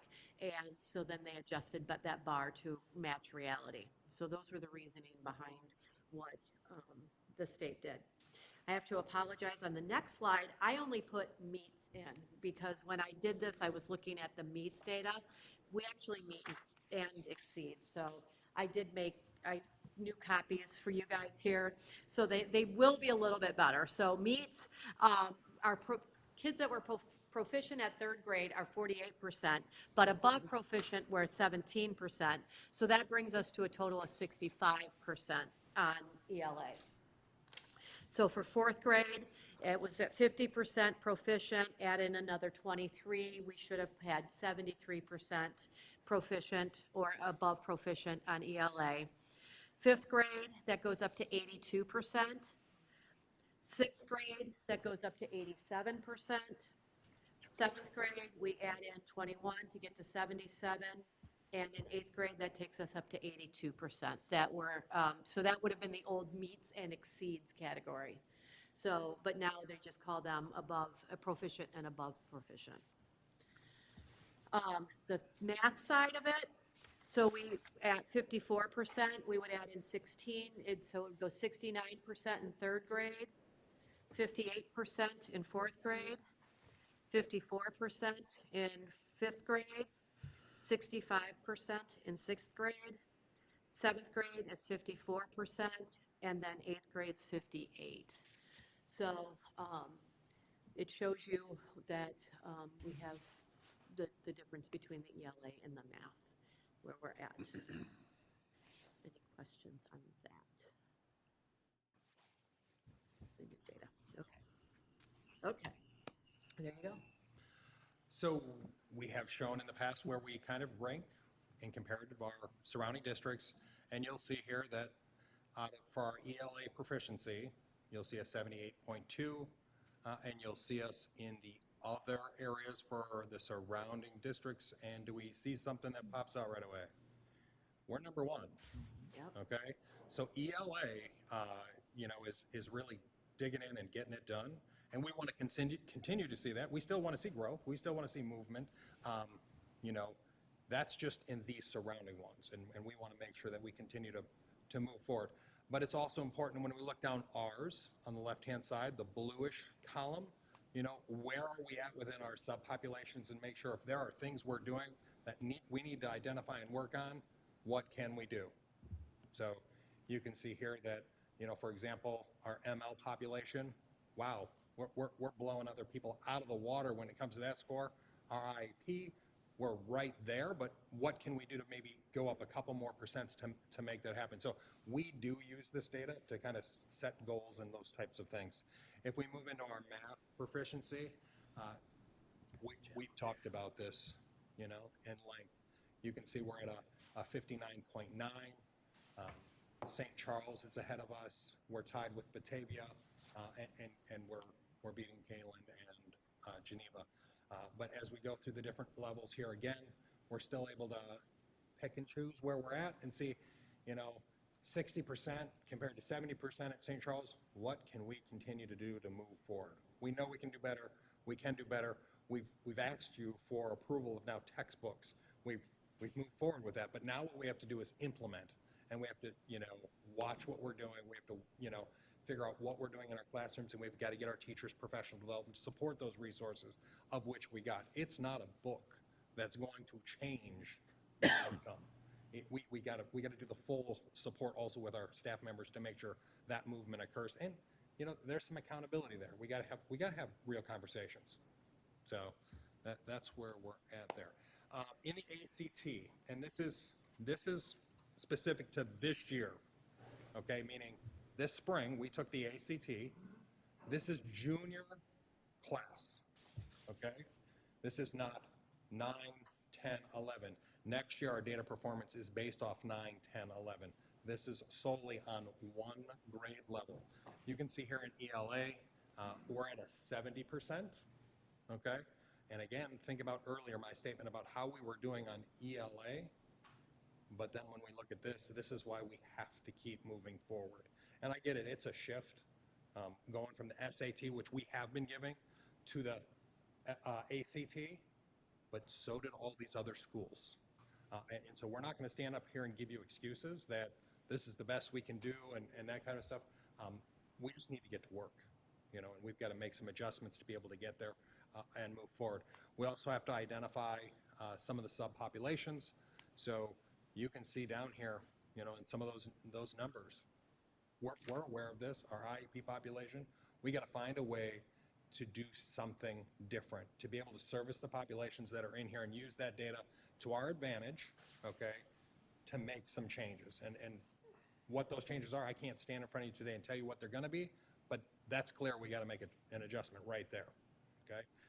So we're going to keep going. On math, this is not new. We've been below for the last couple of years. We are happy about the adoption of new curriculum, but now we've got to really kind of rubber meets the road now, and we got to step it up, okay, and put some stuff out there in a supportive way. This should not be used as an attack against the professionals that we trust with our students. That's not what we're talking about. This is what do we do to make change and move forward? So, 56, yeah, some of you might be like, well, St. Charles East, we're within 4 points, Batavia, Canelan, but where do we want to be? And I think that's the fact of like, we have to recognize this and move forward.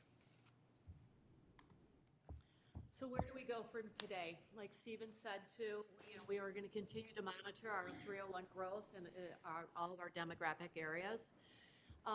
That piece, that professional development piece is going to be really important. Our instructional coaches, we're in our second year of a 3-year cycle with our base camps.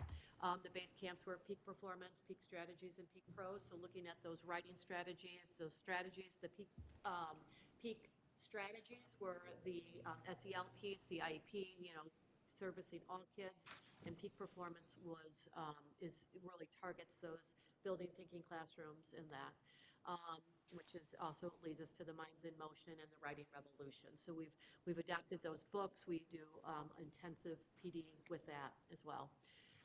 This last fall, just a couple months ago, we implemented the new iReady curriculum, and we have been PDing teachers at least twice a month through morning meetings, plus every institute or SIP day. We've brought in consultants to work with the teachers on that piece. We've also implemented we've purchased the math books for the 6-8 and the curriculum that goes with that, and actually it was December 2nd, I think, no, or 3rd, December 3rd, we think, is the PD from the manufacturer, from the company that's going to work with them on that, and then science, we're working on getting the date for them in as well. Educate the administrators and prepare the teachers for those future proposed report cards like Stephen was talking about. Everything that you're seeing this year is going to change with the report card for next year because they're changing things. So, and just to be really clear, I mean, some people may question, where does this data come from? This is from the state report card. This is, we're getting, all of it, but a little bit of the iReady comes from our other dashboard. Yeah. But the rest of all this data that's out there, when we're comparing the other districts, that kind of stuff, which is embargoed until October 30th, that's the normal date of every single year. So that's why this presentation ends up in November, but this is public facing. And that's why we're not scared of the data, but we need to address where we see deficiencies to be able to move forward. Because anyone can go find this. So, and they rightfully should. Questions? Not necessarily a question, and you probably don't have it offhand, but if you do, it'd be nice. But how does our IAR proficiency match with last year? Where are the numbers compared to last year? So as Kim was describing the change in categories, we went from a 5 system to a 4 level by the state, plus the state moved the benchmark ratings. So it's not like they just took the bottom 2, scrunched them together, and then every other benchmark stayed the same. They actually relocated every single benchmark along the way. So that's why this is kind of a benchmark year of we can tell you this data now, and then next year we could compare to what we're sharing tonight. But we can't per se say, this is where we're at, to go to last year's and say, oh, look, we went up. But did we? Because the benchmark percent actually changed for where they're saying is proficient. So I don't know if that makes sense. Yes. And so that's the truth behind that, but we're going to have to come up with where we're at and move forward and set some new goals. I think individual parents can go on and look at their child. We can't do it as a school, but you can go on as a parent, look at the old cut score and then look at the new cut scores and then determine that. But as a district as a whole, we don't have that data. It's individual student. So. But if the profession cut score was lowered, you think our proficiency would have gone up? Correct. Right? Okay. Yes. You are understanding that exactly. But it really didn't. So depressing. So all of this is, even though we have 4 exemplary schools, it's all based on these scores. Correct. So that's kind of misleading too, in a way. Well, so understand that there was from the state's perspective, there was a misleading concept of past practice. Students were, per se, maybe not being rated as high, but they're getting into college and being successful. But they're saying they're not proficient based off the old system. So now that's why they're calling it right sizing, saying they did this study to figure out who is being successful, what is successful like, and now changing where those benchmarks are so that it more accurately helps the individual be able to move forward. But you're still accurate with what you're saying on it moved, you would think a direction would have gone. But I think what is supposed to be happening is more accurate reflection on what these terms mean. So I guess you'd have to look at the data and say, if you're proficient, what percentage goes to college to higher education, I guess? And then Is it how the many of same them are percentage? successful in college? With earning a C and Right, better, I so- think is what their Yeah. criteria was. So 56% are proficient in math and 40% are proficient or doing well in college, then that's an issue. But if, 56 continue and 90% are doing well, then that's a fine score. Right. Yeah. So, more data. Yeah, it's all data, and you're right, but we also know the number and percent of students that want to go off to college and have that goal, and we can't have a deficit there of like, we already know students are not going to be successful. That's inappropriate. That's on us to step up and make sure we get to that level and then some. And the same argument goes, we can't go back 10 years and look at ACT data from 10 years and compare it to next because we've changed tests. Yep. So Correct. we're going to get that question a lot from the high school perspective, and I know you're ready to answer that, so. Call it park and all the other Yeah. everything, changes yeah. that have occurred and we've lived through. Yeah. Great. We're good? Okay. Thank you. Always very much. interesting. Thank you, guys. All right, our next presentation is our facilities report from Dan.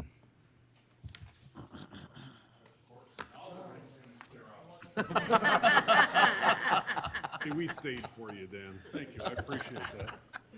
We'll have the walk-up music next. Yeah. So just a quick update on our architect firms and how they're doing. I'll be providing that update monthly. We'll kind of see how things are progressing as they start getting into things. We'll bring them back every couple months, but Wold is diligently working on their facility assessments, putting together their facility assessment package, which HTR will end up using. So that's kind of the first phase. So they're coming every Thursday, working on the exteriors. When they get that stuff done, then they'll move to interiors. They're looking probably February-ish. They should kind of start to be wrapping some of that stuff up. STR is currently working on background information, gathering background data for their master facility plan. So everybody's working, but it's kind of at a slow behind-the-scenes pace. So as more information's, they have more information, I'll bring them in to share that. Kind of where we're at on capital projects-wise, we're still working on updating the budget for the track project. I was hoping to have that to present today, but we're still trying to get some contractor information and stuff. So I'll bring that information in December, and then we'll be discussing if we want to move forward with that bid. We're also updating some of our other budgets on our capital projects, so I can bring updated information on that. A lot of the data that we've been sharing are projects we've been carrying over 3, 4, 5 years. So I want to make sure we have fresh data and fresh numbers, so we're not talking about things, pricing from that long ago. Kind of holiday breaks, that's coming up, kind of another busy time for us. Working on a few projects, some flooring, some painting, some things like that. Window treatments, doing our HVAC PMs. So as everybody else goes home and relaxes and enjoys the time, that's when we get in the buildings and do most of our work. So our staff will be doing that over the Thanksgiving and holiday break. We appreciate having those 3 weeks of no students and staff because we can get a lot of that behind the scenes stuff done. And that's short and sweet. Any questions about anything? Great, Thank you. you. All right, moving on to information items. Our FOIA report information is included in the packet. And moving to old business, which is our discussion items.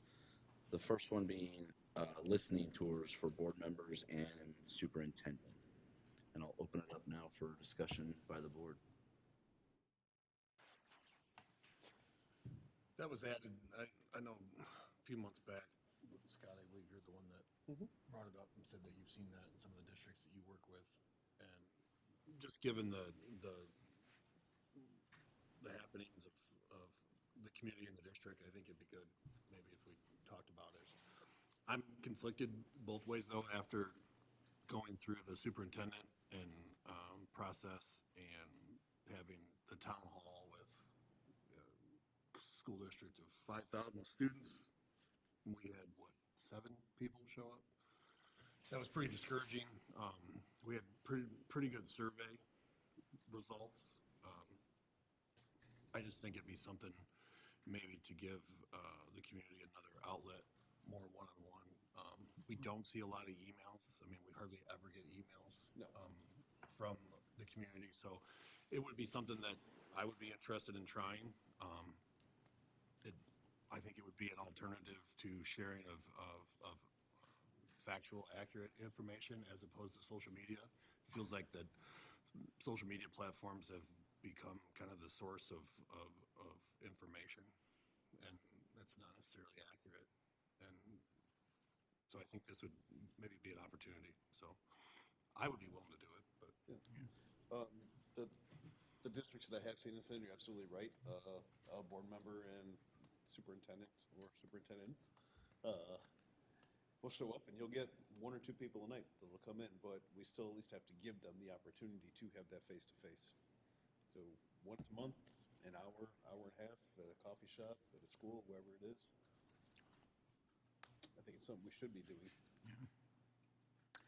I think as a board, we have a responsibility to engage our community and in some extent to successfully engage a community, you've got to meet people where they're at, but where most people are at and want to be met is on Facebook, and we can't do that as a board, without violating OMA. So I think something where we can, whatever that looks like, where some of us can get out and engage with folks who do want to ask questions, do want to hear a little bit more from us in a way that we can't really respond to in board meetings, would be helpful. I'm willing to see where it goes. I think it's a good idea. I think our superintendents need a little more to do. This is perfect for Kyle. Absolutely. Kyle said he loves doing this, right? No, but if I can make a suggestion, the timing of this is really good because you're on the precipice of announcing a new superintendent. That was my thought. And this could be more of a, go to different buildings, only 2 of you, with the new superintendent, and just make some visits. It's a good way for them to have touch points in the community. It's a good way for you guys to spread the wealth a little bit. Of course, Kyle and I can join you as well, but it's a really good way for that new person to come in. And actually, so when July 1 hits, people will already recognize the face and see that they're here. So the timing's perfect to talk about, and I'd be more than happy to sit down and try to structure it so it's workable and doable. But I would just suggest don't overpromise, and don't overpromise and say come with everything. Maybe you come on out and we want to talk about X or Y, and then maybe have an open session afterwards. But it's definitely something that if you want to engage the community, this is a really, really good way to do it, and the timing is spot on. Yeah, I think it has to be different by school or grade level, elementary, Correct. Middle, and high school. Yep. So unfortunately, mobiles is going to be the one thing at the elementary level. Jeff, with your experience, I guarantee you could probably name what's going to be coming up a lot. Yeah, I get that. I do. But it's very exciting for you as a board to go on these tours with a new face. Yeah, I'm for it. Yeah. What's that? Keep talking about it. Yeah, I'm for it. I think it's something that's important. I'll kind of make a statement at this point, just because it was brought up by a couple of board members, and it was brought up in our public comment. The social media aspect is always going to be present from here on out. It's here to stay. It's not going to go away. And we as a board can't directly respond to issues on social media or concerns that are brought up on social media, but we do pay attention. We do listen. I will say this: our school safety for this board, I think for every board, for our community, is always a top priority. Our students, our kids, their safety always is paramount. I will say, and I've already asked Dr. Kilray to hit me if I say something I'm not allowed to say. So it's not, if that happens, you guys know what happened. Here, you can have this if you'd like.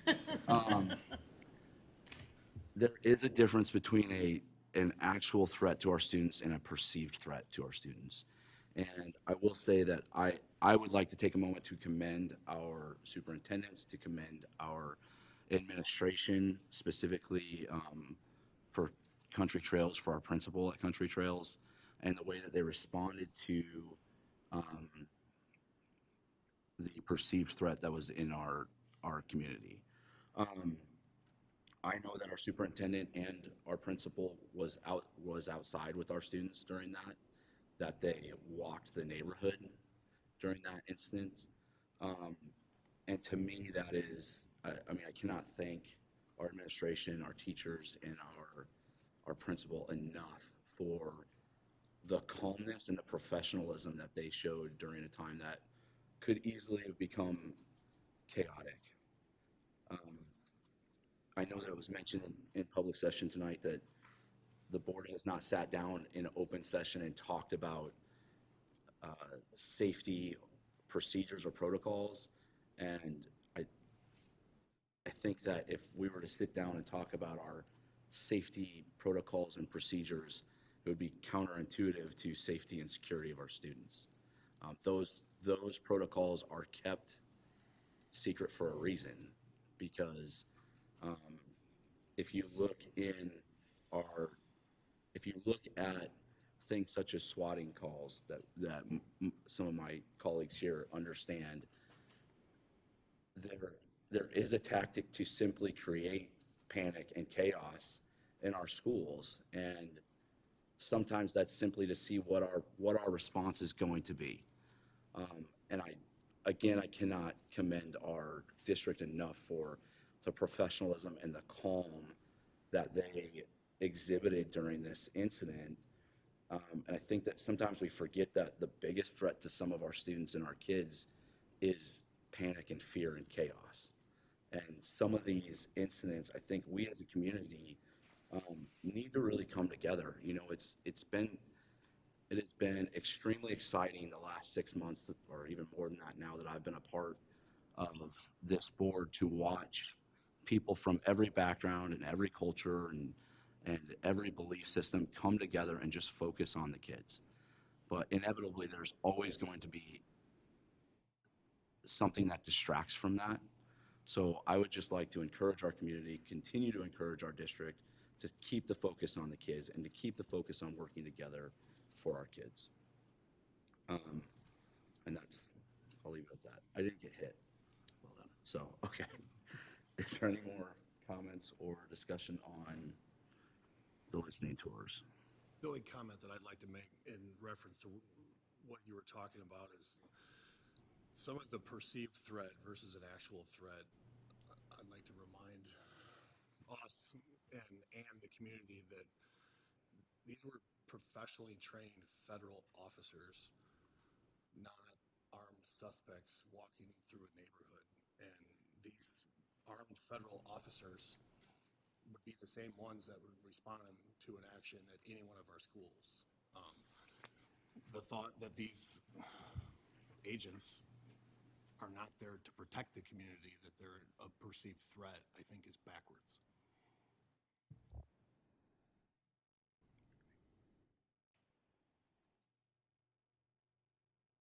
Any other comments? You said everything needs to be said. All right.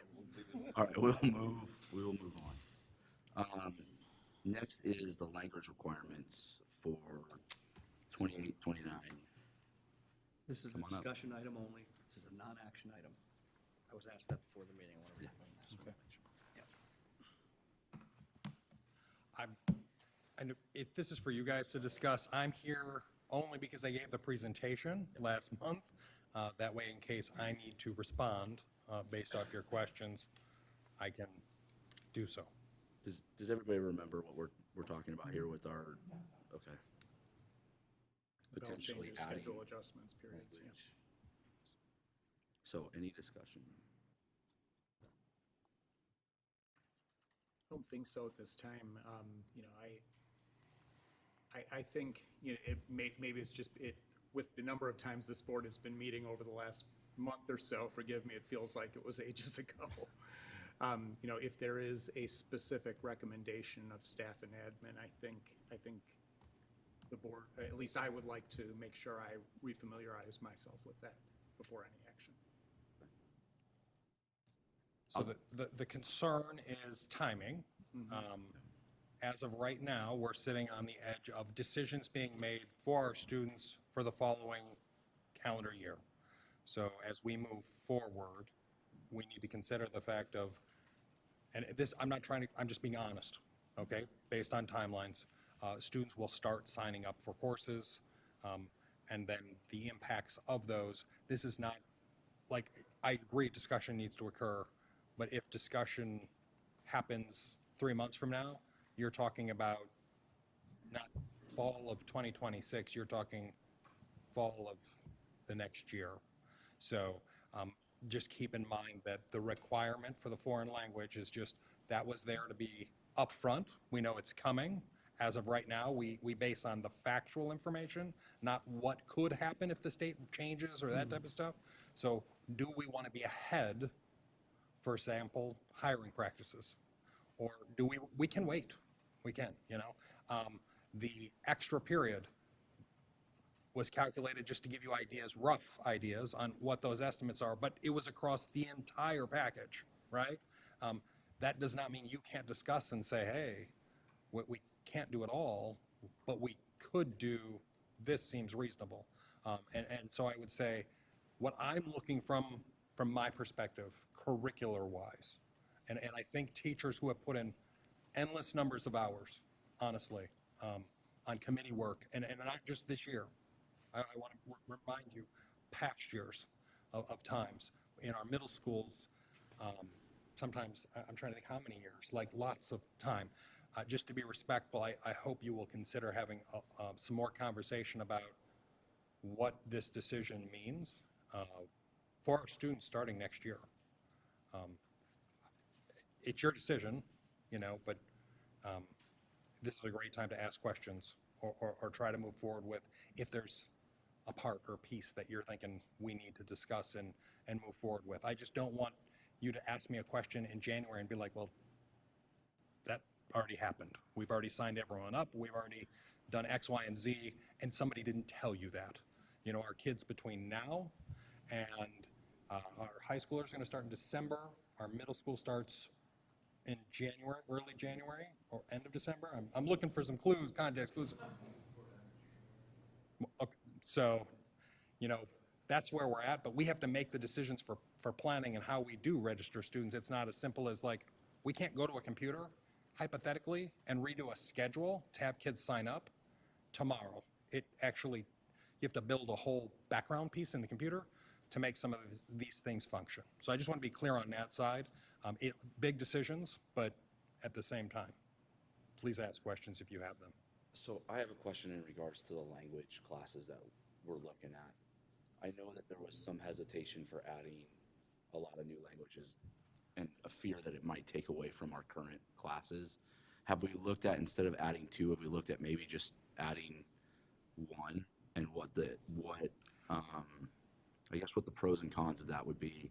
And since we heard some really good presentation on ASL, maybe looking at that one as our front runner.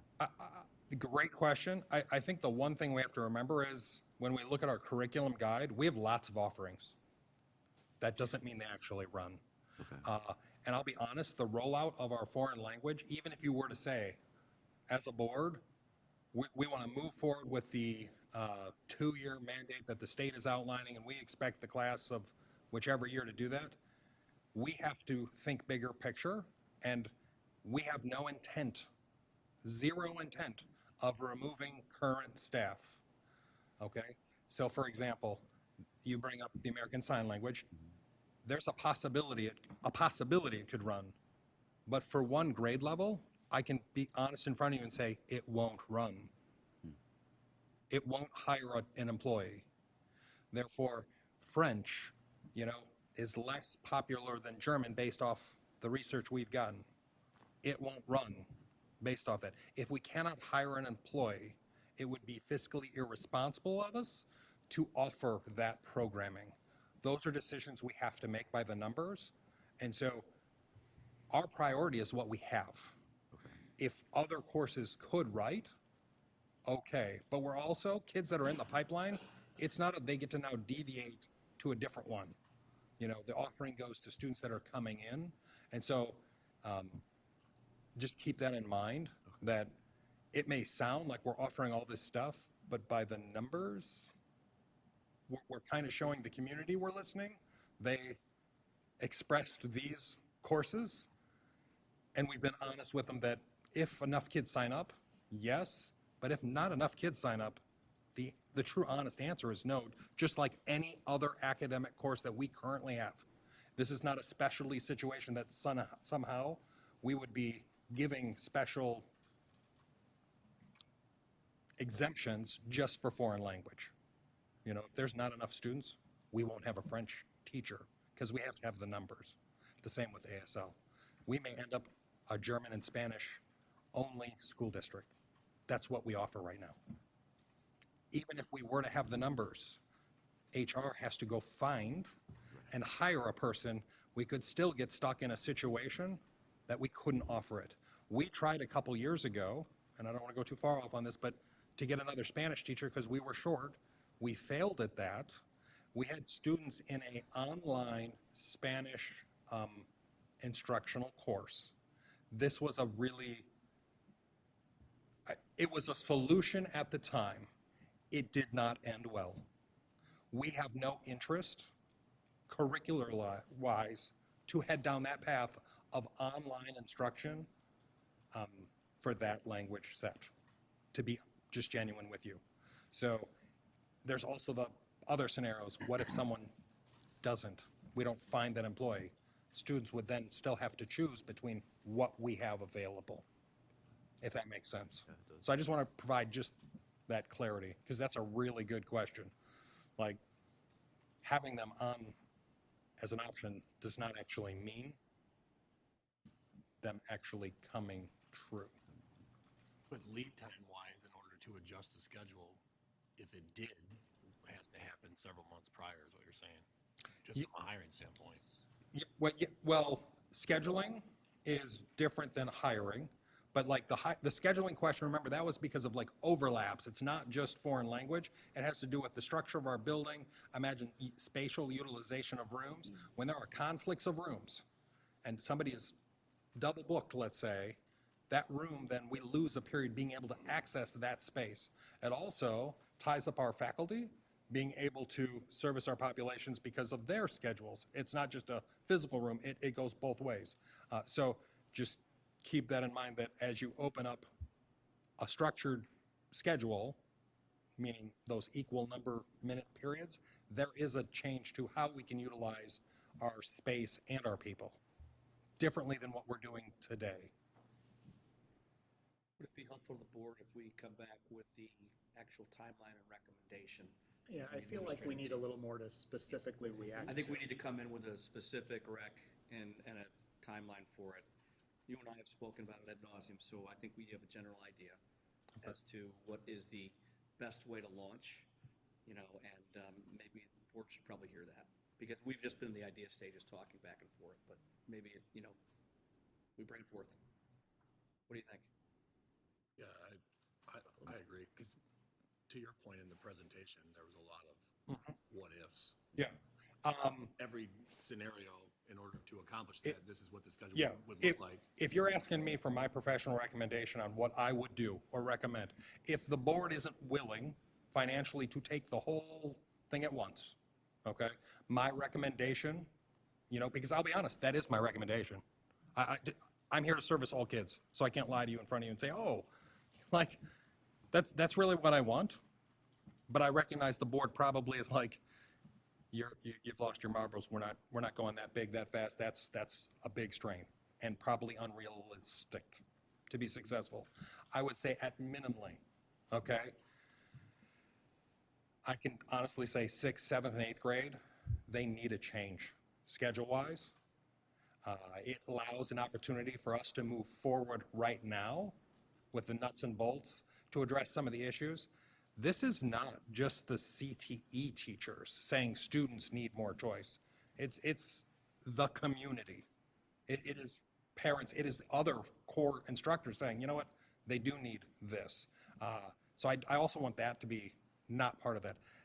If we could solve that problem for our middle schools, offer another period, have the ability to maybe come back in December and say, this is what the schedule very closely would look like. I'm not going to lock it in stone, but I believe the amount of conversations our principals in those subcommittees have had, we could come back with some more really concrete information to be able to say, this is really what 6th, 7th, and 8th grade would look like. If that means we have to revisit and we can't do the whole thing for high school, that gives us some time. Can you have that ready by December? Absolutely. I believe the efforts that have been made by the faculties, actually across all the board, they're ready to make a move. I think also the high school they've mentioned they have some solutions that if they don't get it passed, that the middle schools are sitting in this crunch of like, they don't have the students making choice and picking and selecting like high school. High schoolers get to come up with like a 4-year plan and they get to load things earlier or later or that type of stuff. So if I'm putting the pitch out there and I have to go as small as possible, I guess I would ask for 6th, 7th, and 8th grade, being allowed to pursue an additional period and having a schedule change that allows for that opportunity with a reasonable expectation that we're not going to come back 12 months from now and be like, okay, we did that, now we're coming back to town with a bigger ask for 4 more grades. And what year was this wanting to start in? If this change, it would be for fall, this coming next year, So 26 or 27. to solve the problems that are occurring in the building. But as far as the language requirements for The graduation, language requirement is still on the table. That's separate from what I'm asking for scheduling. If you want me to come forward with the scheduling, I guess I can separate that out as a different requirement, because that is a graduation requirement that we're asking to be adjusted. That technically doesn't have to move forward. My only point there was the longer we delay, the population of people being able to hire creates what I would call even more HR constraints in a topic, subject area that is hard to hire in the first place. I'm just bringing that forward so that Because the entire state's going to be doing the exact same thing. at the same time, and we already have openly tried to hire teachers and not always been successful. We did that on, like, that's why I'm bringing those things up. Like, it's a real topic. And these two languages are, like all languages, but these two in particular are, they're niche, they're hard to find. and that's going to be the struggle, is not necessarily, so even if the other languages didn't have the numbers to run, the 2 existing, Spanish and German, the struggle is the staff, because now everyone in the building has to take the requirement, as opposed to now it's an elective, they don't have to. Well, I would like to mention, we do have members that do speak German, that teach German, that are not fully at capacity of only teaching German. We have someone who's cross-certified teaching other subjects, so we have growth space for German. Spanish, yes, we're maxed out on our Spanish. We would have to go out for that, absolutely. You're set up personnel now to actually start this and then the year after keep building? I'm saying Spanish and German. The German, we still have capacity to put some sections in. We have the staff that are employed teaching in one of their other areas that they're allowed and licensed in to be a full-time employee. We can add those sections. Spanish, we are at capacity. Okay, so either way, no matter what way we go, we will have to post positions to attempt to go out and hire. And the sooner we make that decision, I'd rather respectfully put a posting out in February at the latest to try to be, on par with the competitiveness of other districts. I think that's the right timeline, but earlier is better. And so that way, our staff, because I'll be honest, we have to respect the fact of that whole HR process as well. Faculty are involved. It's not just a one day and boom, we're done. The whole foreign world language department is going to be included in that selection process of the staffing because they're part of their department. Yeah, I think you should personally, I think you should move forward with that. I mean, not adding another language. But being able to accommodate the two that we have. Yeah, like basically another Spanish teacher. If kids are forced to take a language, they're gonna take Spanish. Just because it's one of the easier languages to learn. So we'll need another Spanish teacher. Personally, I'd keep the schedule separate. I was very concerned with middle school just because of ELA and math. And it was a major shift from 66 to 44 minutes or something like that. And I did do the data dive into that, and the data shows that it did not impact the growth that would be expected to get out of it. Right. So yeah, and obviously our proficiency numbers haven't gone up, so it hasn't built the structure or the basis for the middle schoolers to come into high school with a better understanding either. So I mean, there's that, but maybe something not so drastic, or what can we do? If 66 didn't help, will 44 be enough, or will that matter? Or, I don't know. Well, I think that discussion of the minutes, like that really gets put at the hands of the committee and the principals and the faculty. Like, we don't actually come to the board to say how many minutes a schedule is. That's not really what we're looking for. We're looking for a decision on, for example, if you would support us moving forward with, and my proposal now, if you're asking, like, if I have to cut it down to like the nitty gritty, I believe we need to go after our 6th, 7th, and 8th grade as soon as possible. And then if we have to wait, if that's what you're telling me, I'm okay with waiting and then making the adjustment, putting the curriculum that needs to go into those spaces that would occur, and then coming back with, in a year or so, what the results are so that you're aware of the decisions that's made. And then if it's not a year or two before we go after the high school with another one, if that is needed at that point, that would be part of the movement. Okay, so why don't we come back in December, and we'll have something from your recommendation. It's just gonna be an A+. Okay. Yeah, because the schedule affects the classroom. So what am I bringing back? Are you going to send me a message on what I'm bringing back? Or Well, I know in your presentation, you had a couple different recommendations. Yeah. I think to be able to see those again and then a little bit deeper dive, because like you said, you have answers to the questions that we had was, hey, what's the impact going to be of taking a class that's longer and dropping it down? And what was the impact when we made it longer? Like Jeff said, if we didn't see an increase when we added the time to it, then maybe that's not as, big of a hurdle as we're looking. Well, and there was a shift, like at that time, that really, it was a little bit more complex than, it wasn't really adding. There was still a decrease occurring to get to 66 minutes, at least based off what my information tells me. Like, it was really a double 290 or a 90-minute situation with a 45 and a 45. So from my perspective, minutes were reduced, but the level did not actually kind of move the direction that it was anticipated to move. But is your limitation on Spanish now, is it schedule or staff? Like if. So the limitation is if we move forward with the schedule that we had today and foreign language were to become a requirement, hypothetically, I come back in December and say, hey, we have a schedule.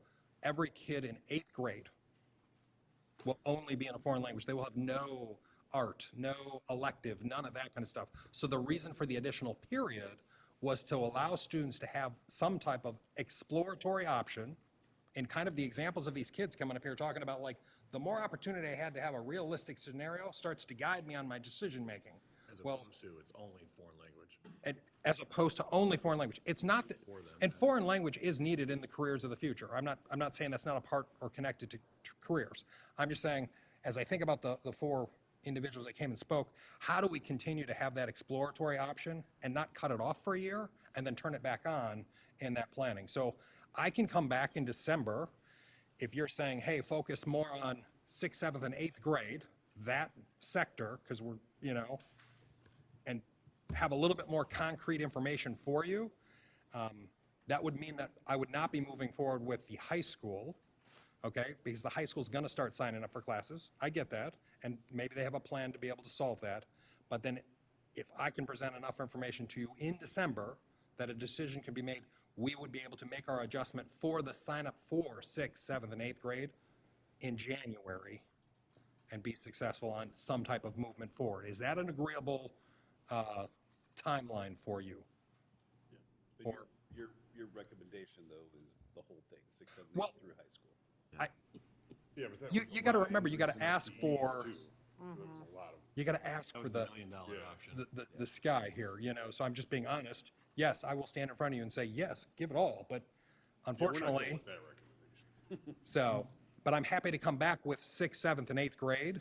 Like, if you're saying you can't have it all, but give us something that's more reasonable that we can move on, I'm gonna go 6th, 7th, and 8th grade, that additional period. Yeah, I mean, I think from our perspective, we, as board members, we need a recommendation that takes our fiscal reality into consideration. It takes what our teachers are thinking into consideration and, you know, gives us something specific to react to and to talk about. So that's what I'd like to see. I guess my question is with the language with, I don't know, 6th, 7th, 8th, nobody's gonna take a language in 6th grade. I think it starts in 8th, right? Correct. So I know there's quarter, if I recall, there's like quarter electives in. There's 9-week electives in the 6th and 7th grade option. Okay. At the 8th grade, they have art for a semester, and they have 2 9-week PLTW courses. So if you're just saying if they take the language in 8th grade, that would be high school credit for the mandatory 2 years eventually, whenever the state puts that in place, 20. Correct, set us up for success, Then to they make couldn't it count. Take that art and the other 9th, or the other 2 9-week courses. Yeah, they wouldn't have that option. But if they only need 2 years, then they could take more electives in high school. So my only fear, and I'm fine with your proposal to come back in December, but my fear is, I mean, how early do we want to start preparing these kids for life in 3rd grade? I mean, 6th grade seems a little early, in my opinion, where the core curriculum is a little more important at that age, and maybe 7th and maybe 8th grade also. So that's where I'm wavering. So that's why I'd like information too. And maybe I need to go and bring something forward to show like when decisions are made. You know, Yeah. like 2nd graders start deciding if they're good and bad in math. Sure. You know, so the same thing happens for career exposure. If a student does or doesn't have exposure to it, they may not know it's even out there, even though they'd love it, or they may get turned off by it because a total different experience that wasn't realistic to what the job is. Again, career exploration at the younger level is more about what type of careers are out there. It is not about developing, you're going to be a CAD drawer. You know, it's really about, you know, that's a field that's out there in existence, you know? And so I do want to clarify that point. And when we get to high school, we do want to start, when a kid does identify, be able to provide them that skill specific level. But at the other part, there's not enough time, you know, to give kids exposure to careers in today, what we're doing. So while it's impressive, when you step back and think about our students here that did the internships, we shared and had 34 out of the 243 that they had. How many students of ours graduate every single year? The majority of our option to provide our kids with a unique experience to identify their career is through this exploratory and high school experience. Or the rest of it is happening after they walk across that stage and they're foot with a bill. And I just want to do better, to be honest. I just want to do better. So I will come back if that's what you'd like. 8th grade, or sorry, I'm going backwards now. 6th grade, 7th grade, 8th grade, a little bit more definition on what that would look like, and ask very specifically to see if you can approve that. And I will, you want separated foreign language, is what I heard. Yeah, I would think. Okay, but set it up for success. The one thing I don't want to do is build a schedule that we got to come right back to you and be like, this doesn't work based off a mandate. Right. So I'll be honest, it is going to be considered. to not put us back in a conversation of like, why? Okay? Is that fair? If you want to do a third thing, you can do the high school schedule more filtered or more, not as broad, I guess. Or maybe do that for January, if the schedule is still high on your priority list, I guess. Yeah. So that was a lot of expense on there. And like you said, you got to ask for the world, and, you know, it's kind of like taxing, you know, we go out for everything because we're not going to get it, so. Yeah. I understand that, too. No, But I mean, that still has to be addressed, that topic, you know? We can't just, okay, forget about that for a few months. Like you said, we gotta, you know, look at that, so. but we will still be able to set ourselves up schedule-wise to support what some of our teachers have stressed, move forward, that then still complements us making a decision if you want to pause on foreign language. If you want to move forward on foreign language because of hiring and the pool, you'll have that decision on when. The board gets to decide graduation requirements, and the only way we can get ahead of that is by picking what year, meaning the year the students are going to graduate, we have that expectation. Is that right? Yes. So, and then we have to do the best to fulfill that. Thank you for my time. Thank you very much, appreciate it. All right, now we're moving on to agenda items for the December 15th meeting. I have flag football's coming back. Stevens is coming back.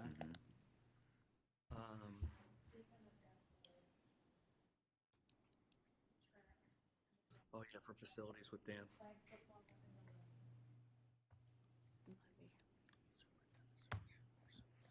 And the super, yeah. Okay. All right, we're on that. All right. I guess before I ask for this, I can let everybody know that we're not going to be doing a vote. Right, what you're gonna do is you're gonna go into close and you're gonna say after it all goes, you can say there's been an action. All right, now I need a motion and second to adjourn open session and go into closed session. So moved. Second. The appointment, employment, resignation, compensation, discipline, performance, or dismissal of specific employees of the public body, 5 ILCS 120-2C1, and litigation when an action against, affecting, or on behalf of the particular public body has been filed and is pending before a court or administrative tribunal, or when the public body finds that an action is probable or imminent, 5 ILCS 120-2C11. And roll call, please. Yes. Yes. Yes. Yes. Yes. Yes. Just so everyone knows that's here, there will be no